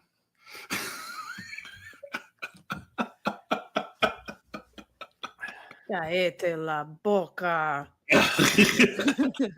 Don't talk to me like that. I don't understand, but at the same time, never mind. Anyway.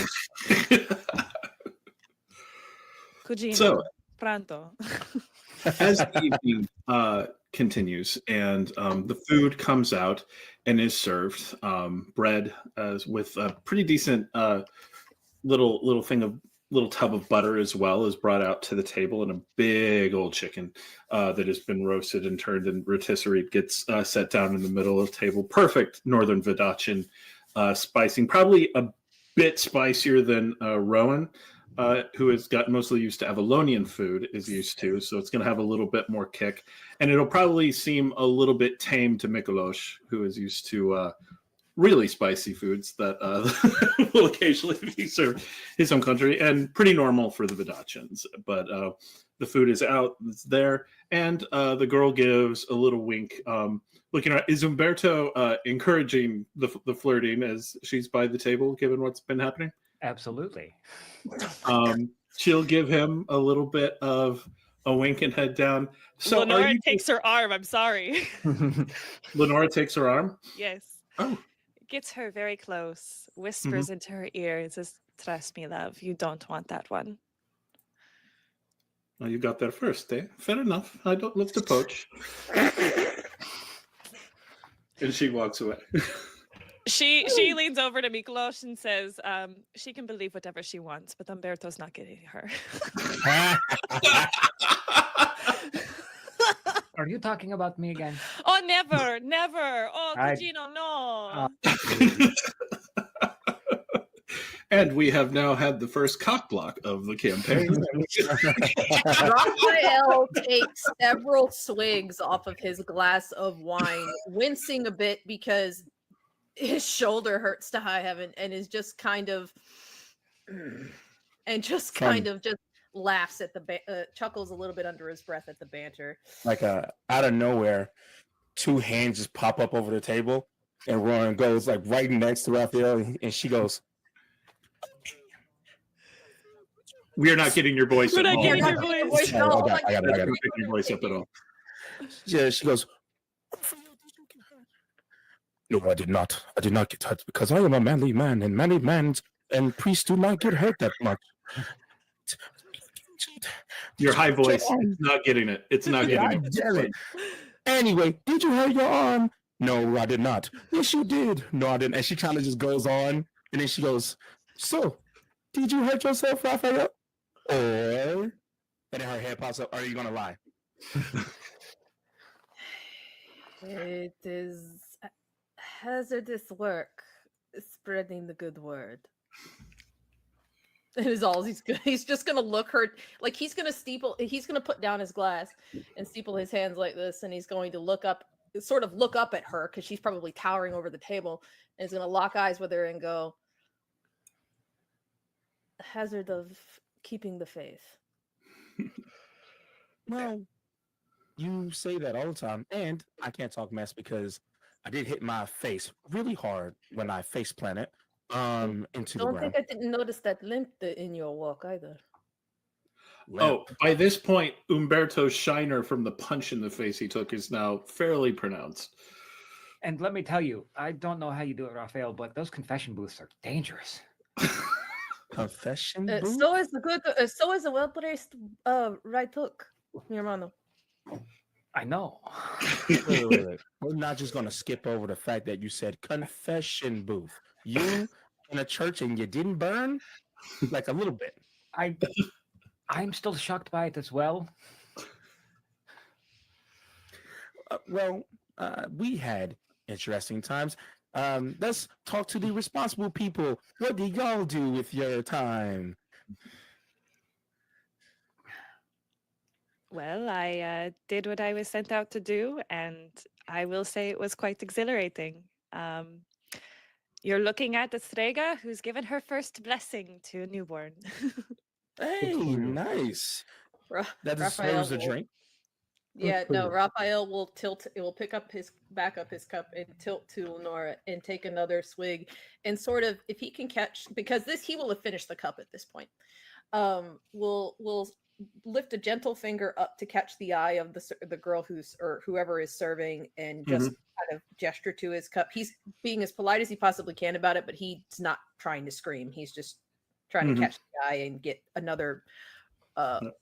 He's going to cover the second round if he can. I'm not sure how much pickings or. Y'all are fine to pick up rounds as you like on this. Might be fairly good. Raphael, point of fact, you would know that the name day blessing practiced by Sorcerers, is explicitly named among the miracles that the second prophet often spoke of, using the sorceries of the world for the betterment of people. That was one of the things that the second prophet explicitly said, this is what we're talking about. And after he flags down and is going to basically wait for the second round to be brought down, their drinks are brought and distributed. Yeah, and he's going to sort of lean forward a little bit and sort of lean into Leonora, especially if there's other banter still going on at the table. He's going to kind of lean into Leonora, not poking her bubble, but just sort of and drop his voice and go, it was a beautiful thing that you did. And you have a glow of joy about you that I have not seen before. It's a good look. Thank you, Padre. It is, I'm a little bit of a late bloomer when it comes to that. For I was not able to fully embrace my gifts at home. So it is a joy to be able to utilize that here.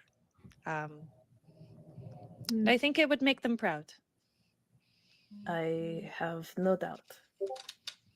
Then he'll offer a softer smile and then take another sip and just kind of look out at the table and just observe and start observing his group. Sort of, Raphael does this after every kind of major event that they kind of go through and do with this. He kind of just takes stock of the folk at the table and just kind of makes sure that everyone's at least okay.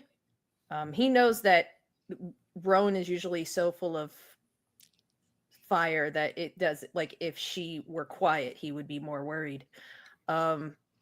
And Umberto does what Umberto does, and Mykolas is an enigma that he doesn't dislike, but it's one of those moments where it's a very hard to read kind of scenario when it comes to Mykolas, but he just, that's how he generally is at the moment. And how about you, sir? You haven't spoke much this evening, other than it was a slow night. I went for a walk. I helped somebody down on their luck. That's all. Paid a debt. Lenora's gonna read him. By all means, of course she is. Hey. Every single game. Oh yeah. Leonora opens her eyes in a very sort of spiritual way, and taverns also have a very interesting weave. They are places of raw potential, but also chaotic potential. The threads here are almost like a knot, as if all these fates for this moment get heavily intertwined and then just as quickly come apart. So it's almost more a snag in the weave than a part of the weave itself. It could go off in any number of ways. There are a number of cords connecting everyone. Mykolas's arcana are at the moment unchanged.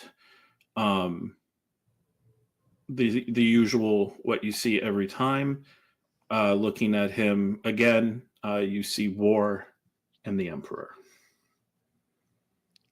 Is there anything intuitively that I can notice about his words? You feel the truth in them, but not the complete truth. And that's To be kind of been Mykolas's deal. There's always something he seems to be holding back. There is a moment where where Mykolas looks up at you and there's eye contact. And then you're a bit distracted as a torch nearby flares, burning much hotter just for a second, and then withdraws. Mykolas, you do not notice the torch flaring because what you hear is, "Burn her." A voice that no one else hears. So when he hears that, while he's making eye contact, she probably would notice the flinch. Mm-hmm.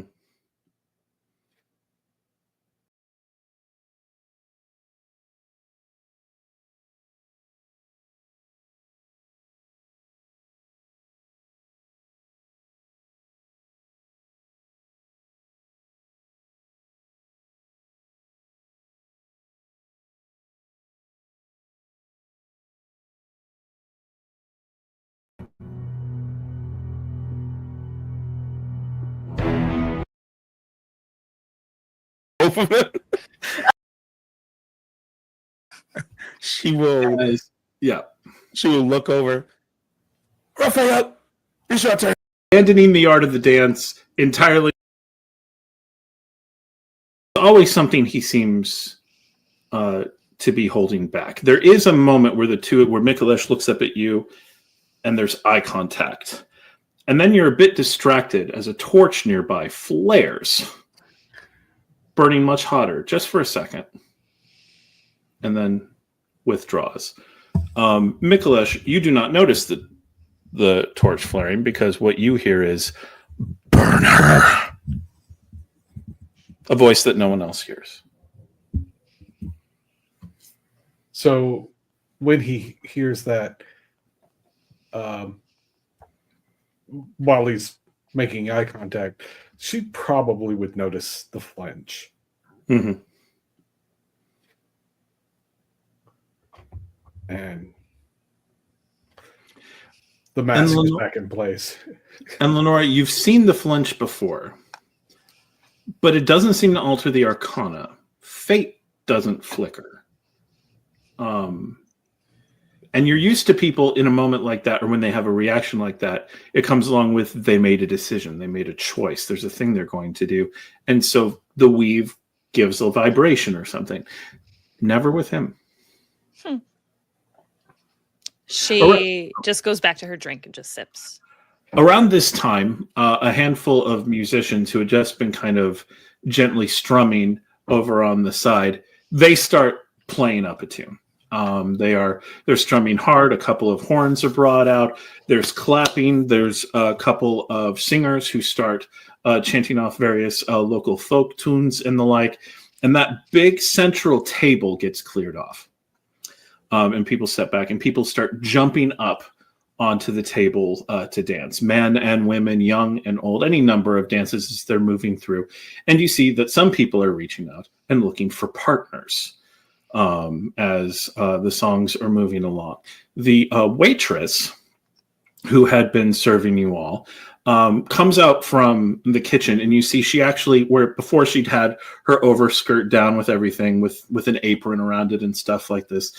She comes out, you can see that the front of that dress has actually been pulled up and knotted around her belt, showing a little bit of her left leg as she comes out. And the dress that she'd been had like this has actually been pushed to the side, revealing her shoulders.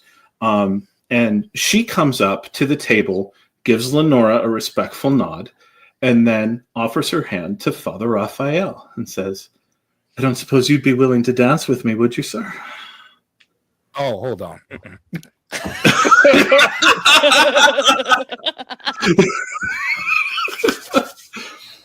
I think Roan will she will stand at her full height without even realizing it. It was like almost instinct. Mm-hmm. And she will just put her hand down and go, "Oh my God, I would love to." To the waitress? Yes. All right. Waitress looks at you, goes, "Okay," and hand in yours, and goes off to dance. Is Rowan a dancer?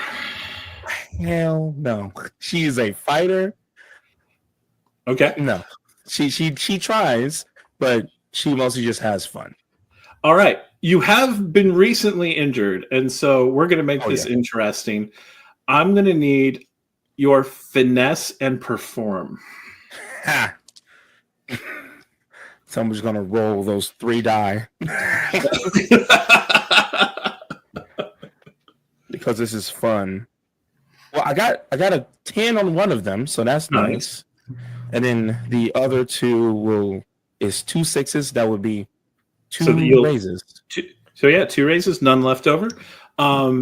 You only take the 1 minor wound, mainly from your leg hurts. Yeah. That does get you to the dramatic, though, doesn't it? No. Yeah. Yeah, it does. So you are moving and dancing, and it's going pretty well, and you're feeling pretty good. You're like, "Yeah, I can do this. I'm getting into this." As you're moving, and then you take a step that's a little bit more enthusiastic than you were going for, and you topple back off of the table and crash into the ground. And Folks are laughing and roaring. This happens a lot. They just assume you're drunk. She will Yeah. she will look over. Raphael, it's your turn. Just I'm trying to do the thing. Nope, just Others are moving around and dances are being offered. People are just sort of picking up partners as they go. Who is willing to participate in this dancing? Mykolas, yes. Recognizing what's going on and trying to avoid a problem. He is Literally surrounded by Vidachan women, yes. He's going to do something that is probably going to throw Leonora off. Okay. He's going to ask her to dance. Lenora gives him a look and says, I thought you were not a dancer. I said I didn't want you to ask me to dance. But it is perfectly acceptable for a man to ask me to dance, I guess. Up to you. Well, since you asked so nicely, yes. Lenora and Mykolas, go. What? So Lenora is well used to Vidachan folk dances, and so has seen it a lot. How about Mykolas? How much of that did he do before things got weirdly complicated when it came to dancing? He probably has done dances, but usually stuff that would be popular in Sarmatia. So maybe not so familiar with the local dances. There is a line dance currently happening on the table itself, which is just wide enough for the task, where people are kind of going down line from line. Mostly it's like you're with your partner, you do some moves with your partner, and then the women move in one direction and the men move in another until the partners are again facing each other, and then they dance. And it's energetic and it's lively. It's and like I said, the table is only barely big enough to to accomplish this. So there is some risk involved, but this is the dance you know. And you see with everything that is happening. Okay. People, Lenora, up onto the table? Yep. All right. I accept. Up onto the table you both go. Finesse and perform, unless you want to talk me into a different risk. Can I argue, because, I get the finesse. Can I argue athletics for trying to keep his balance and keep with the step? He's maybe not the most artful, but he is in shape. You are abandoning the art of the dance entirely in favor of I'm not going to fall off the table and I'm not going to step on her feet. You are bouncing more or less in time. And with flair. That's not bad. 1, 2, 3. I have 3. All right. I also have 3. All right. No wounds for either of you. Lenora, did you do perform, Lenora? I did, yes. Lenora is dancing beautifully. Her dress and skirt sort of flying around her with flair and with grace. Mykolas is clearly just trying to keep up, but does manage to do so. It's not nearly as artistic. There's a lot of jumping and bouncing. Some drinks get spilled, but you don't fall off the table and you don't step on her feet as you are moving and dancing. Raphael, when the waitress comes back over to you after Rowan takes her pratfall, do you accept the offer to dance? You are muted.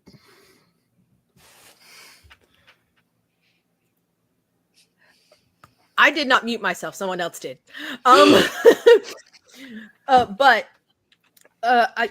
Given that he had been sitting there for a minute, the fact that he is still, would he be able to sort of like loosely It's wrap fine. something around his arm and things Yeah, like that? there's a wrap on. It's not actively bleeding. Okay. It does the swashbuckling thing of you put a wrap around it, it immediately bleeds through, but otherwise does not seem to be inhibiting you in any way. And Raphael will sort of, because when Rowan said, Raphael, it's your turn. I'm not going to do this. And he's just going to sigh, sigh for a moment when she says that, but when the waitress reapproaches, he's going to say, sure, I think I can do my absolute best. And he will get up and sort of and dance with her. He is going to very clearly kind of lean into the Castilian way of sort of doing dances like these, mostly because it's just the way he is more familiar with. Okay, so first off, are you pulling her up into the group dance, or are you dancing with her around the edges, like more of a just you and her? He's probably going to do it with just him and her, because that's typically what he does anyway. He does like the group dances are good, but he, being as injured as he is, he doesn't want to be up in the middle of that table. All right, so go ahead and give me your finesse and perform plus flair plus the one for your dramatic injury. I get so many dice and I have nothing in perform. I don't think. Oh, I've got one. You what was the other? It was what in perform? Finesse and perform? Finesse and perform. Oh, actually, hang on. You could also do panache if you wanted. Panache is also an option here because you're not up on the table. So there is more individual artistry in what you're doing if you want. Plus your dramatic wound plus flair.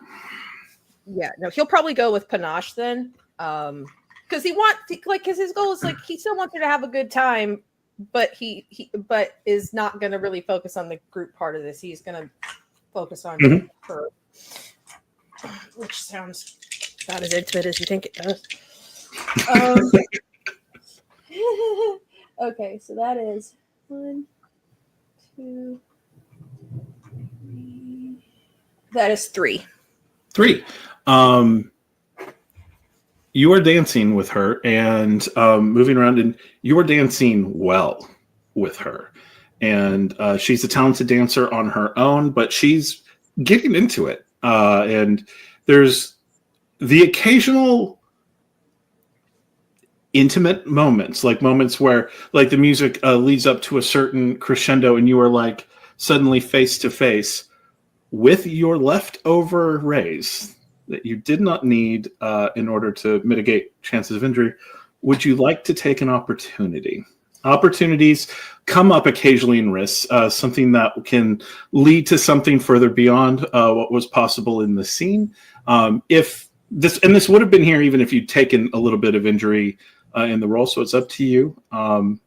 There is an opportunity to kiss her, and you can see it would be welcomed. What do you do? Oh, Jesus. Profits.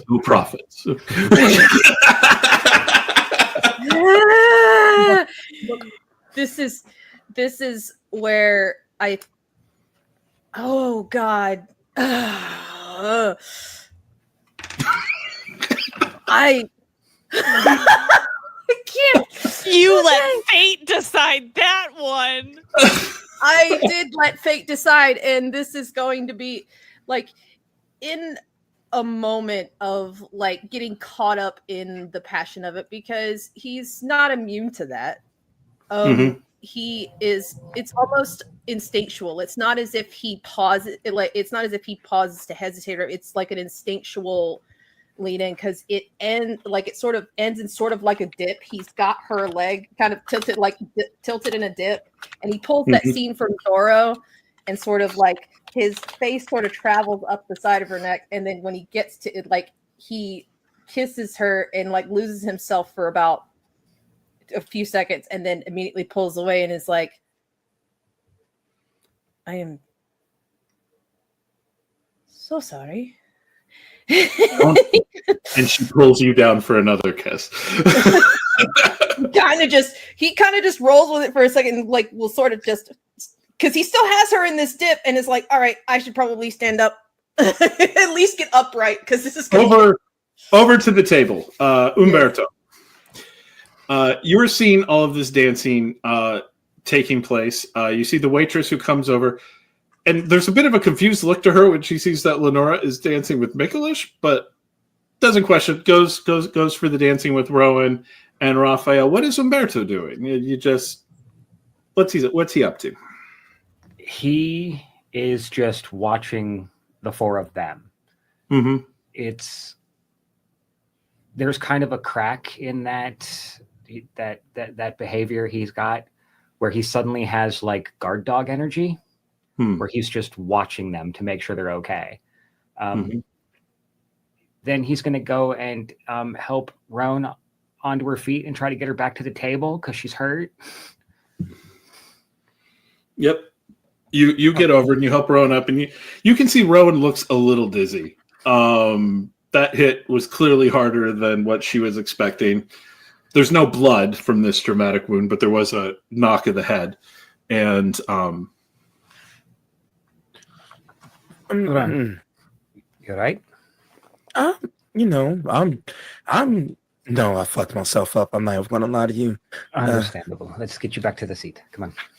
Oh, and she'll hobble over when she says she'll look at Umberto and go, if you don't mind me asking, look, I've seen you talk your way out and into a lot of situations.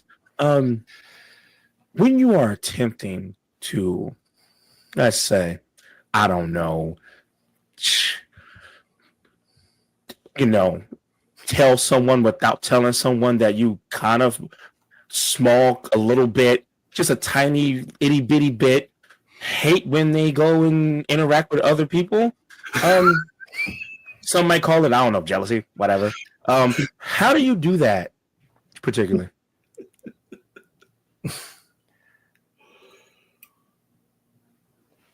Okay, so what you're saying is the waitress coming over and asking Rafael to dance, you wanted to, let's just say, remove her soul from her body? First off, I didn't say it was Rafael, but if she just so happened to have lost a finger, I wouldn't have been too upset about it. But Roan, no. that a blind person could have figured that out in the dark without even listening to you. You know. Never mind. Never but mind. No. Listen. And this is going to be very shocking to come from someone like me. Be honest. Uh-huh. I know, but be honest. If pass. Next option. Bottle it up until something breaks inside you, and next thing you know, you're waking up around, I don't know, half a dozen corpses or a dead barmaid. That did nothing but give me more questions. I might just go with the first option, but that second option, what? If you bottle it up and you say nothing, it's going to make it worse for you. It's going to lead you down a path you are not going to be okay with. So I recommend you be honest. You are very correct. But also, but also, and then she gently touches your shoulder. Really? A confessional? There were guards coming and I needed to hide. But a confessional. You couldn't It was the have hide closest place. Had it been a closet or it could have been anywhere. If it had a door, I would have picked it. That just happened to be the one. Okay. Thank you. And if you mutter this to anybody, I will take your arm. Roan. Because we're friends. To my grave. Cross my heart. I appreciate you. Can you please hand me that giant jug of ale? There seem to be like 4 of them, and you can see there's only like 1.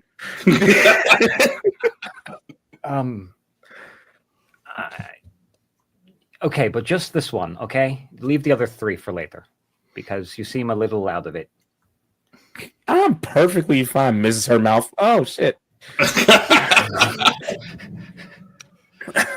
Up on the table where the dancing is continuing, after yet another spread and turn and dance, Leonora and Mykolas come together again in a second, and they're together. Leonora, you notice Mykolas' intent on not messing up. All pretension towards artistry in the dance kind of tossed to the side to not fall. And Mykolas, you see her dancing beautifully. And you come back together into each other's arms. And he will get a rare smile. You dance beautifully. Why, thank you. And you seem terrified up here. Why did you bring me up here? Perhaps I should get some air. Oh, so you're done dancing already? I did not mean to frighten you. No, I will dance with you as... I will be glad to continue dancing with you. Is it still in like the middle of the song, or is it like fading out? No, like the song is this song is beginning to fade out. It's clear there's going to be another one. Some other people are stepping up, listening to the tune, figuring out which dance they're going to do, that sort of thing. Mm-hmm. If you've ever done the line dance or square dance thing, it's that kind of between period. It never lasts very long though.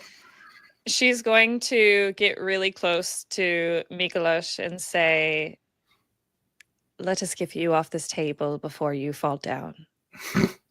And she will take steps down, and then she'll hold her hand out as if to usher him off the table. And he will thankfully accept the hand and step down. It's like, let's go get you some air. Yes. And he will step outside, away from the dancing. All right, Raphael. So the dance has been escalating, and there's a brief pause in the dance, but it's clear the next one is going to come up, and she kind of does a little sashay up towards you and says, "You know, we can keep dancing as long as you like, or there are rooms available upstairs." And this is where Raphael takes, gives a soft smile, and he just kind of stops, and he drops his gaze and just and admires her for a moment, and then says, "As much as I would love to keep continuing to be out here, I do have this little annoyance to worry about."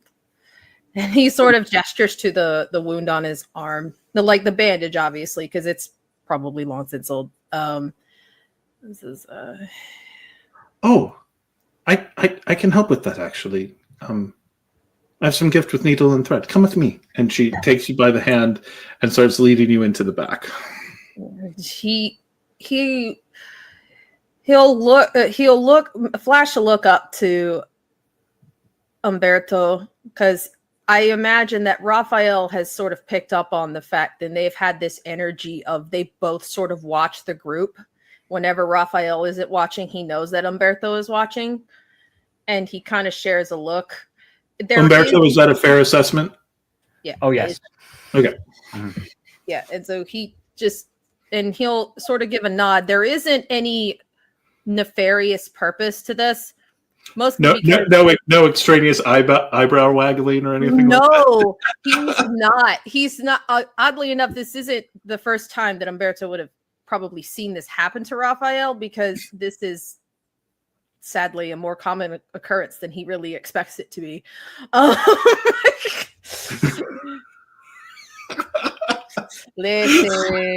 Listen, Leonora.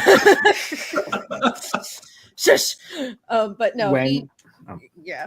Go ahead. When Umberto and Raphael make eye contact, Umberto will kind of side eye Roan and then look back to him.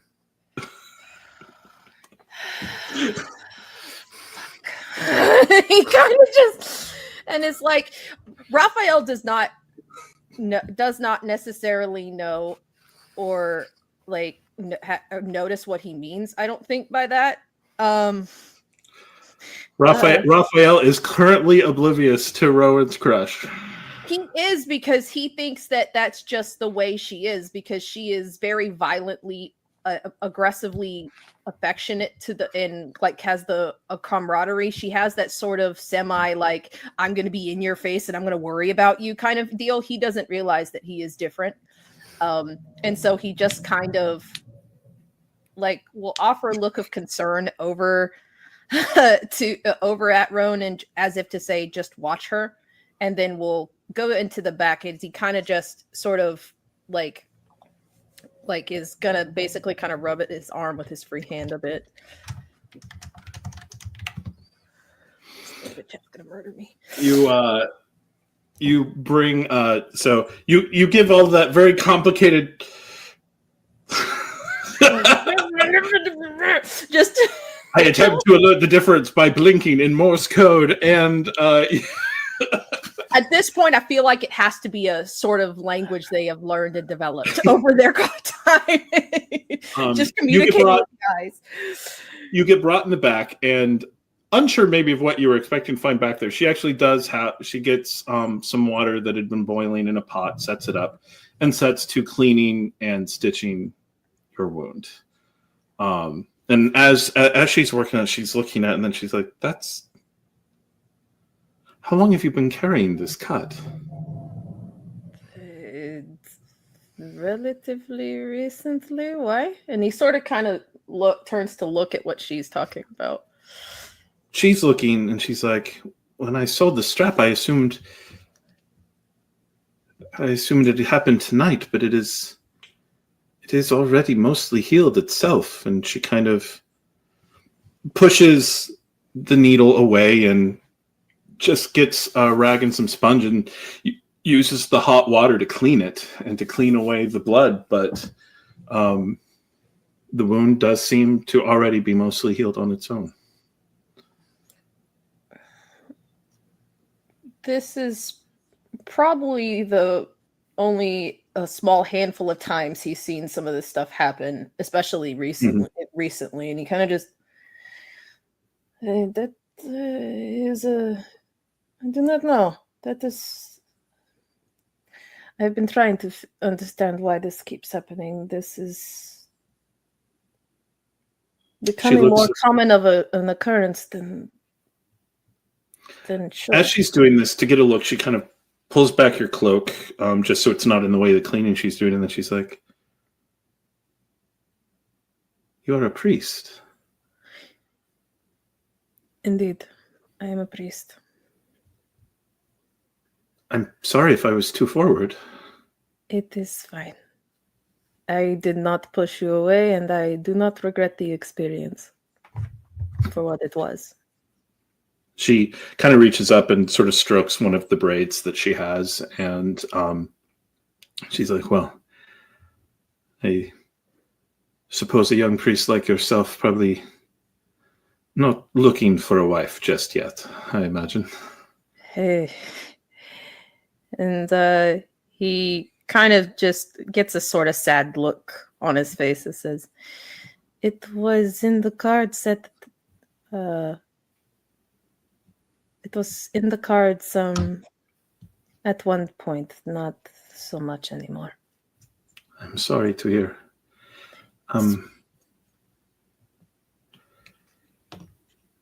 Well, thank you so much for the dance, for the kiss. Of course. And thank you for your help. This meant a lot. May I ask you a question, just out of curiosity? By all means, you can ask. The shorter woman you're traveling with, she seemed very protective of the man who didn't dance. Are they?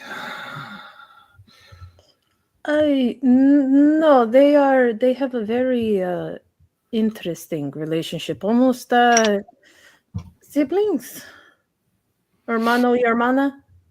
And he kind of says, and then realizes that she probably doesn't understand that. Yeah, she does look at brother. like she speaks fantasy Italian as opposed to fantasy Castilian, so it's fairly close. And Yep. she's able to kind of put it together. Ah, yes. Well, I've probably embarrassed myself enough for one evening. Thank you. I should leave you to your friends and make sure everyone else has what they need before the night concludes. Thank you. I'm Esmeralda. Nice to meet you, Esmeralda. I am Rafael. Rafael. Well, if you're ever in the neighborhood again, I will be looking forward to seeing you. And she helps you up, does take the needle and thread, but uses it instead of closing your wound to close the cut in your sleeve. Mm-hmm. Actually, no, she would offer to do the repair and would lend you one of the shirts that they have back there for the evening just to wear so you're not going out topless. Like she sees that they do have stuff that they can change into if something gets spilled on or things like that. And he'll take and he'll pause for a minute and consider her offer, and then basically will take the shirt, walk behind an area. He's not going to disrobe directly in front of her, mostly because modesty's sake. He's just trying to also preserve some of his own dignity in addition to hers. And is you're right. It cannot be. Yeah, no, he will slip out of the shirt rather quickly and kind of. What color is the shirt that is presented to him? A very simple gray, basically undyed. Okay, cool. And neither was it. Yeah. So he'll slip out of the black and will slip on the other tunic shirt and stuff and adjust everything, and will come out with the shirt that he needs repaired out and offer it to her and says, "Thank you for this. I do appreciate it." Of course, I'll get right to it. Go out and enjoy your evening. This will not take long. And he will kind of do the both hand clasp on one of hers and kind of just give a gentle reassuring squeeze and then walk out, and is going to sort of slip back to the table, sort of up and behind Rowan, and see if he could actually slip past her without her noticing where he came from. Rowan, what is your notice? That's a good question. My notice is 2. All right. On a 2, would Rowan, and also Rowan is concussed. So I'm going to go ahead and say you do manage to get up to the table without Rowan immediately clocking that you came from the back, and probably not clocking that you vanished into the back. Rowan's kind of doing stuff like this. You would notice Rowan and Umberto. You see where Raphael's coming from because you saw where they went, and you see the good father coming out in a new shirt and taking a seat at the table. And Rowan, you of course also noticed the new shirt. Rowan will look at Umberto and then look back at Raphael, and then back at Umberto. And then Raphael, just stare at Raphael. Did you spill a drink? Someone gave you a shirt to change because obviously, with the dancing and everything, there were drinks everywhere. Obviously, that's what happened, right? Yes, that's exactly what happened. Oh, well, you have to be careful. You, and she points next to Raphael. Raphael will chuckle and say, "I am always as careful as I can be." Also, and we'll sort of lean in to Rowan and go, and we'll sort of conspiratorially whisper, because this is what he's going to do. He's going to say, "We are saying that I spilled the drink on my shirt because we do not want to call attention to the fact that I was actively bleeding all over myself earlier." Oh. We understand? And she offered to repair my shirt.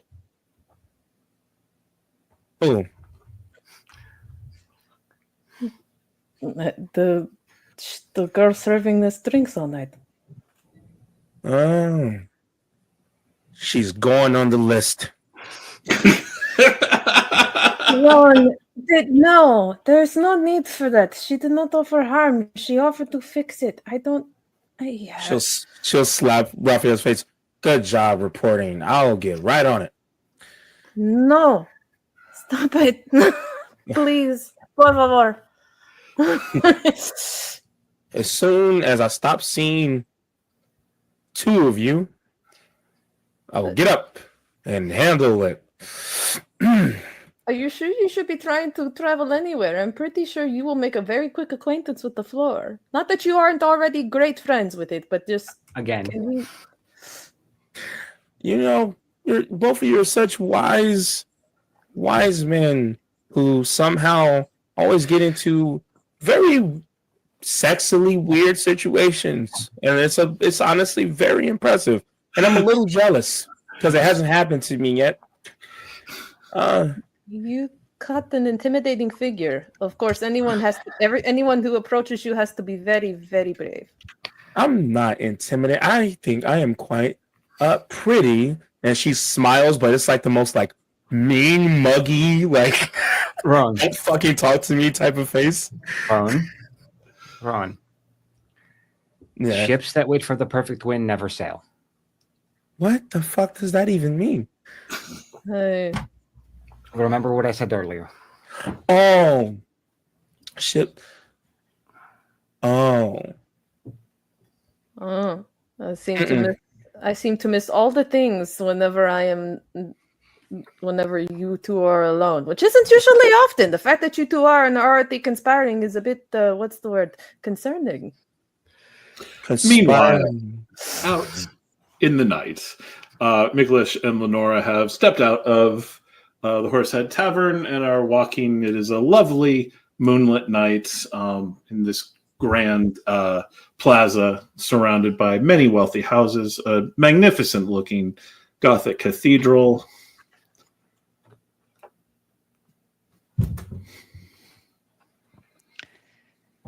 Whew. Yes. I forgot how the dance can just wrap you up in there. You dance beautifully. Why, thank you. I learned back at my village. It was quite the custom to be able to dance, and that was something that my father always showed me. Good. Yes. I grew up in a very small community myself. Really, I lived in the woods. Ah. And did you learn to dance in the woods? No. That would definitely explain how stiff you may be, but I learned to dance when I joined the army. oh, I owe you an explanation of some of that at least. You know what I do. You know what I am. you're a soldier, as you said always and before. And he'll stop and just look her dead in the eye. You know what I am. Point of order. Do I know, or do I have an understanding that something's not quite right? You were never formally trained as a Strega.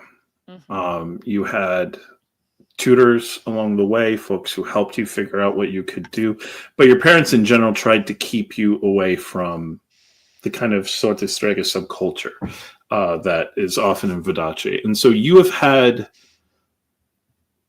a sense of repelling power between the two of you. There is something about him. Every time you read him, You see the arcana as clear as day, and it feels wrong. But with what is your? Do you have scholarship? My scholarship is 1. With a scholarship of 1, you would be aware of Sandaris.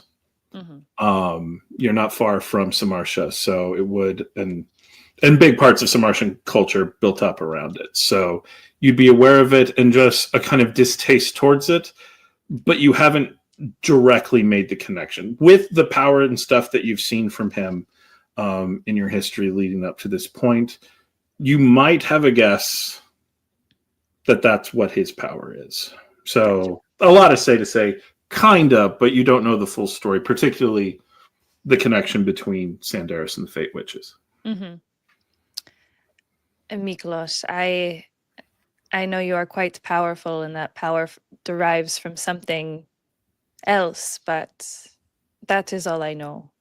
And I only care for your well-being.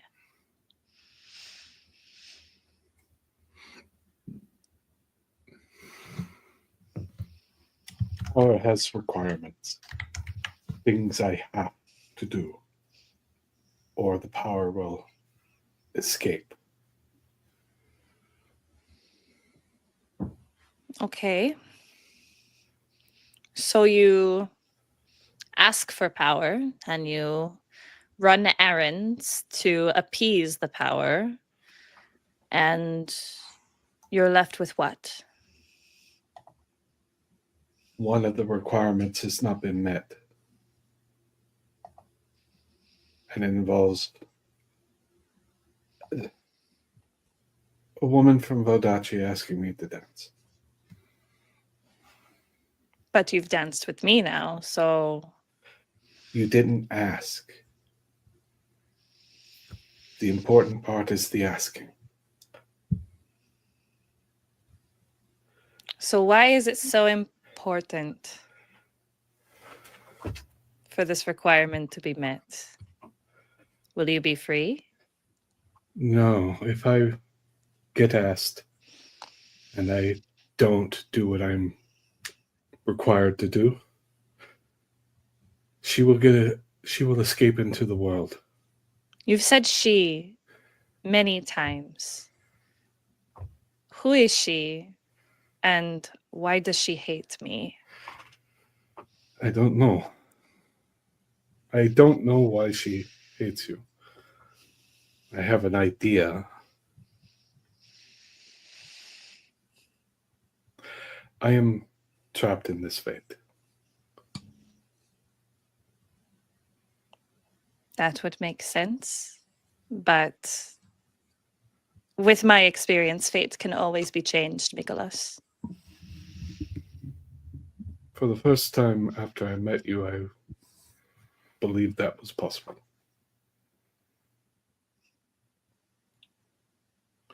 Be very careful, Mykolas. If she knows, she won't be able to help herself. And you will carry out your part of the bargain.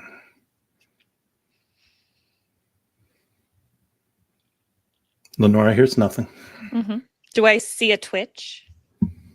That's up to him.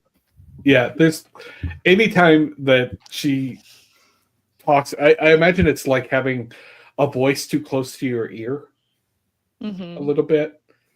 That moment of sort of flinch away. She reads that, and she's going to say, I almost feel like I'm intruding when I'm around you. You're not.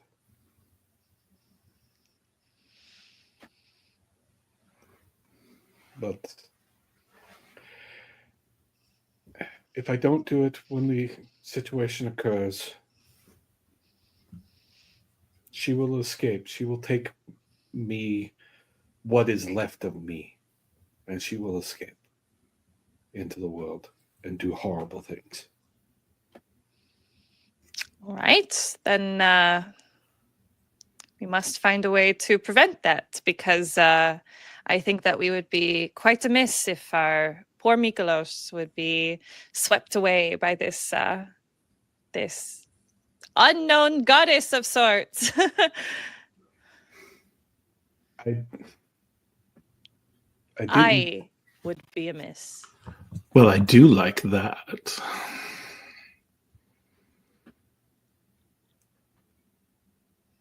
I was avoiding telling you because I didn't want you to look at me like you should be afraid of me.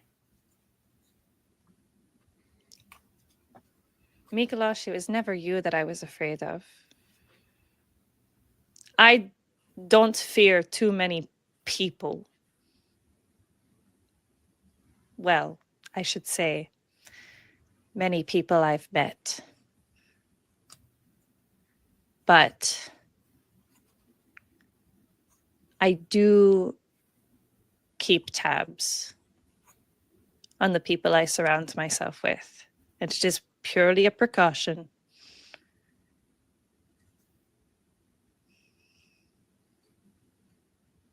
That's good. It's safe. It is how I've had to live. I'll tell you this. I won't ever let her hurt you. I wonder what will happen if it does. Well, that is comforting. Don't make deals you can't keep. You know better than that.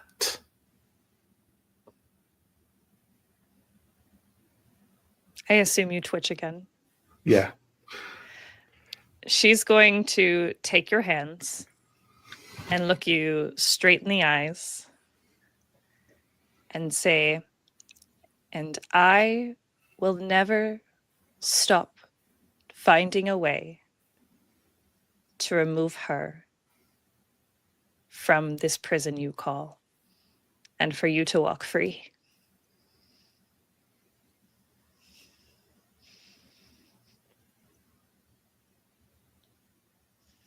I believe you.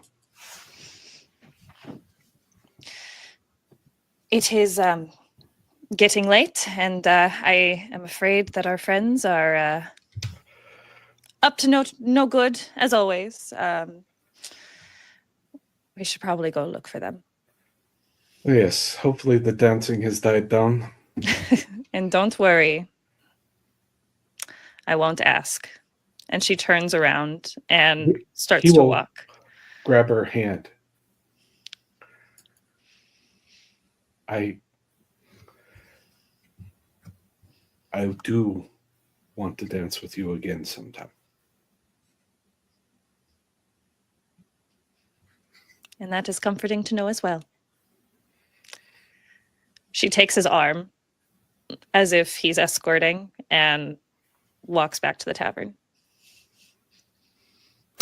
As they are walking back inside, Umberto and Rafael helping a still concussed, very large and strong Roan, and the dancing comes around. Eventually, the girl comes back out with the shirt perfectly repaired, offers it to Rafael, and just gives him a peck on the cheek before going back to her duties with all the party around. And as the night goes on, eventually rooms will be secured for the evening. The party will go on whatever way they meant to be. But at that same time, it isn't far away, technically, and yet the distance is in other ways uncalculable.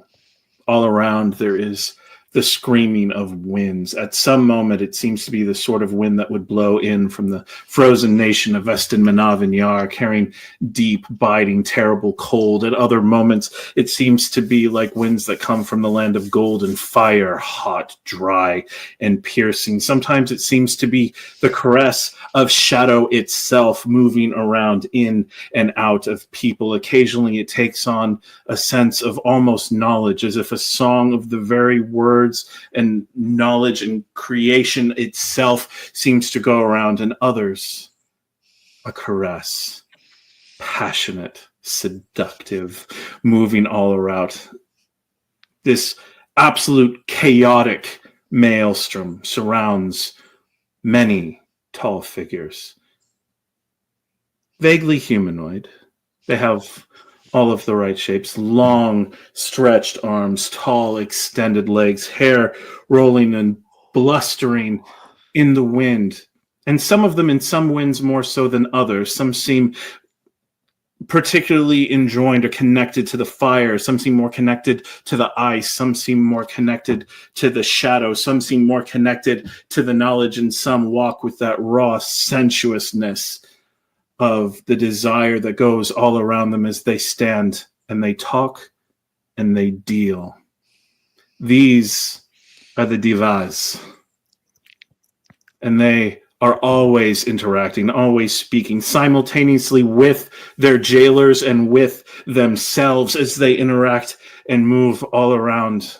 And then one suddenly who was not there is, and steps into their midst. And one looks up and says, Rona, far too long since you've joined us. Has your pet finally learned the way? And Rona steps into the midst of all of them, and they, recognizing what is about to happen, each form a perfect circle around her. And she looks to each of them and then says, it's time for me to call in a favor. And with that, we are going to bring this episode to a close. Thank you so much to Basics of the Game for hosting us. Thank you also for producing us. Thank you to Dragon of the Dark Rose for producing us as well. Thank you to all of my players. We hope you will join us on this incredible adventure and have fun and keep playing games.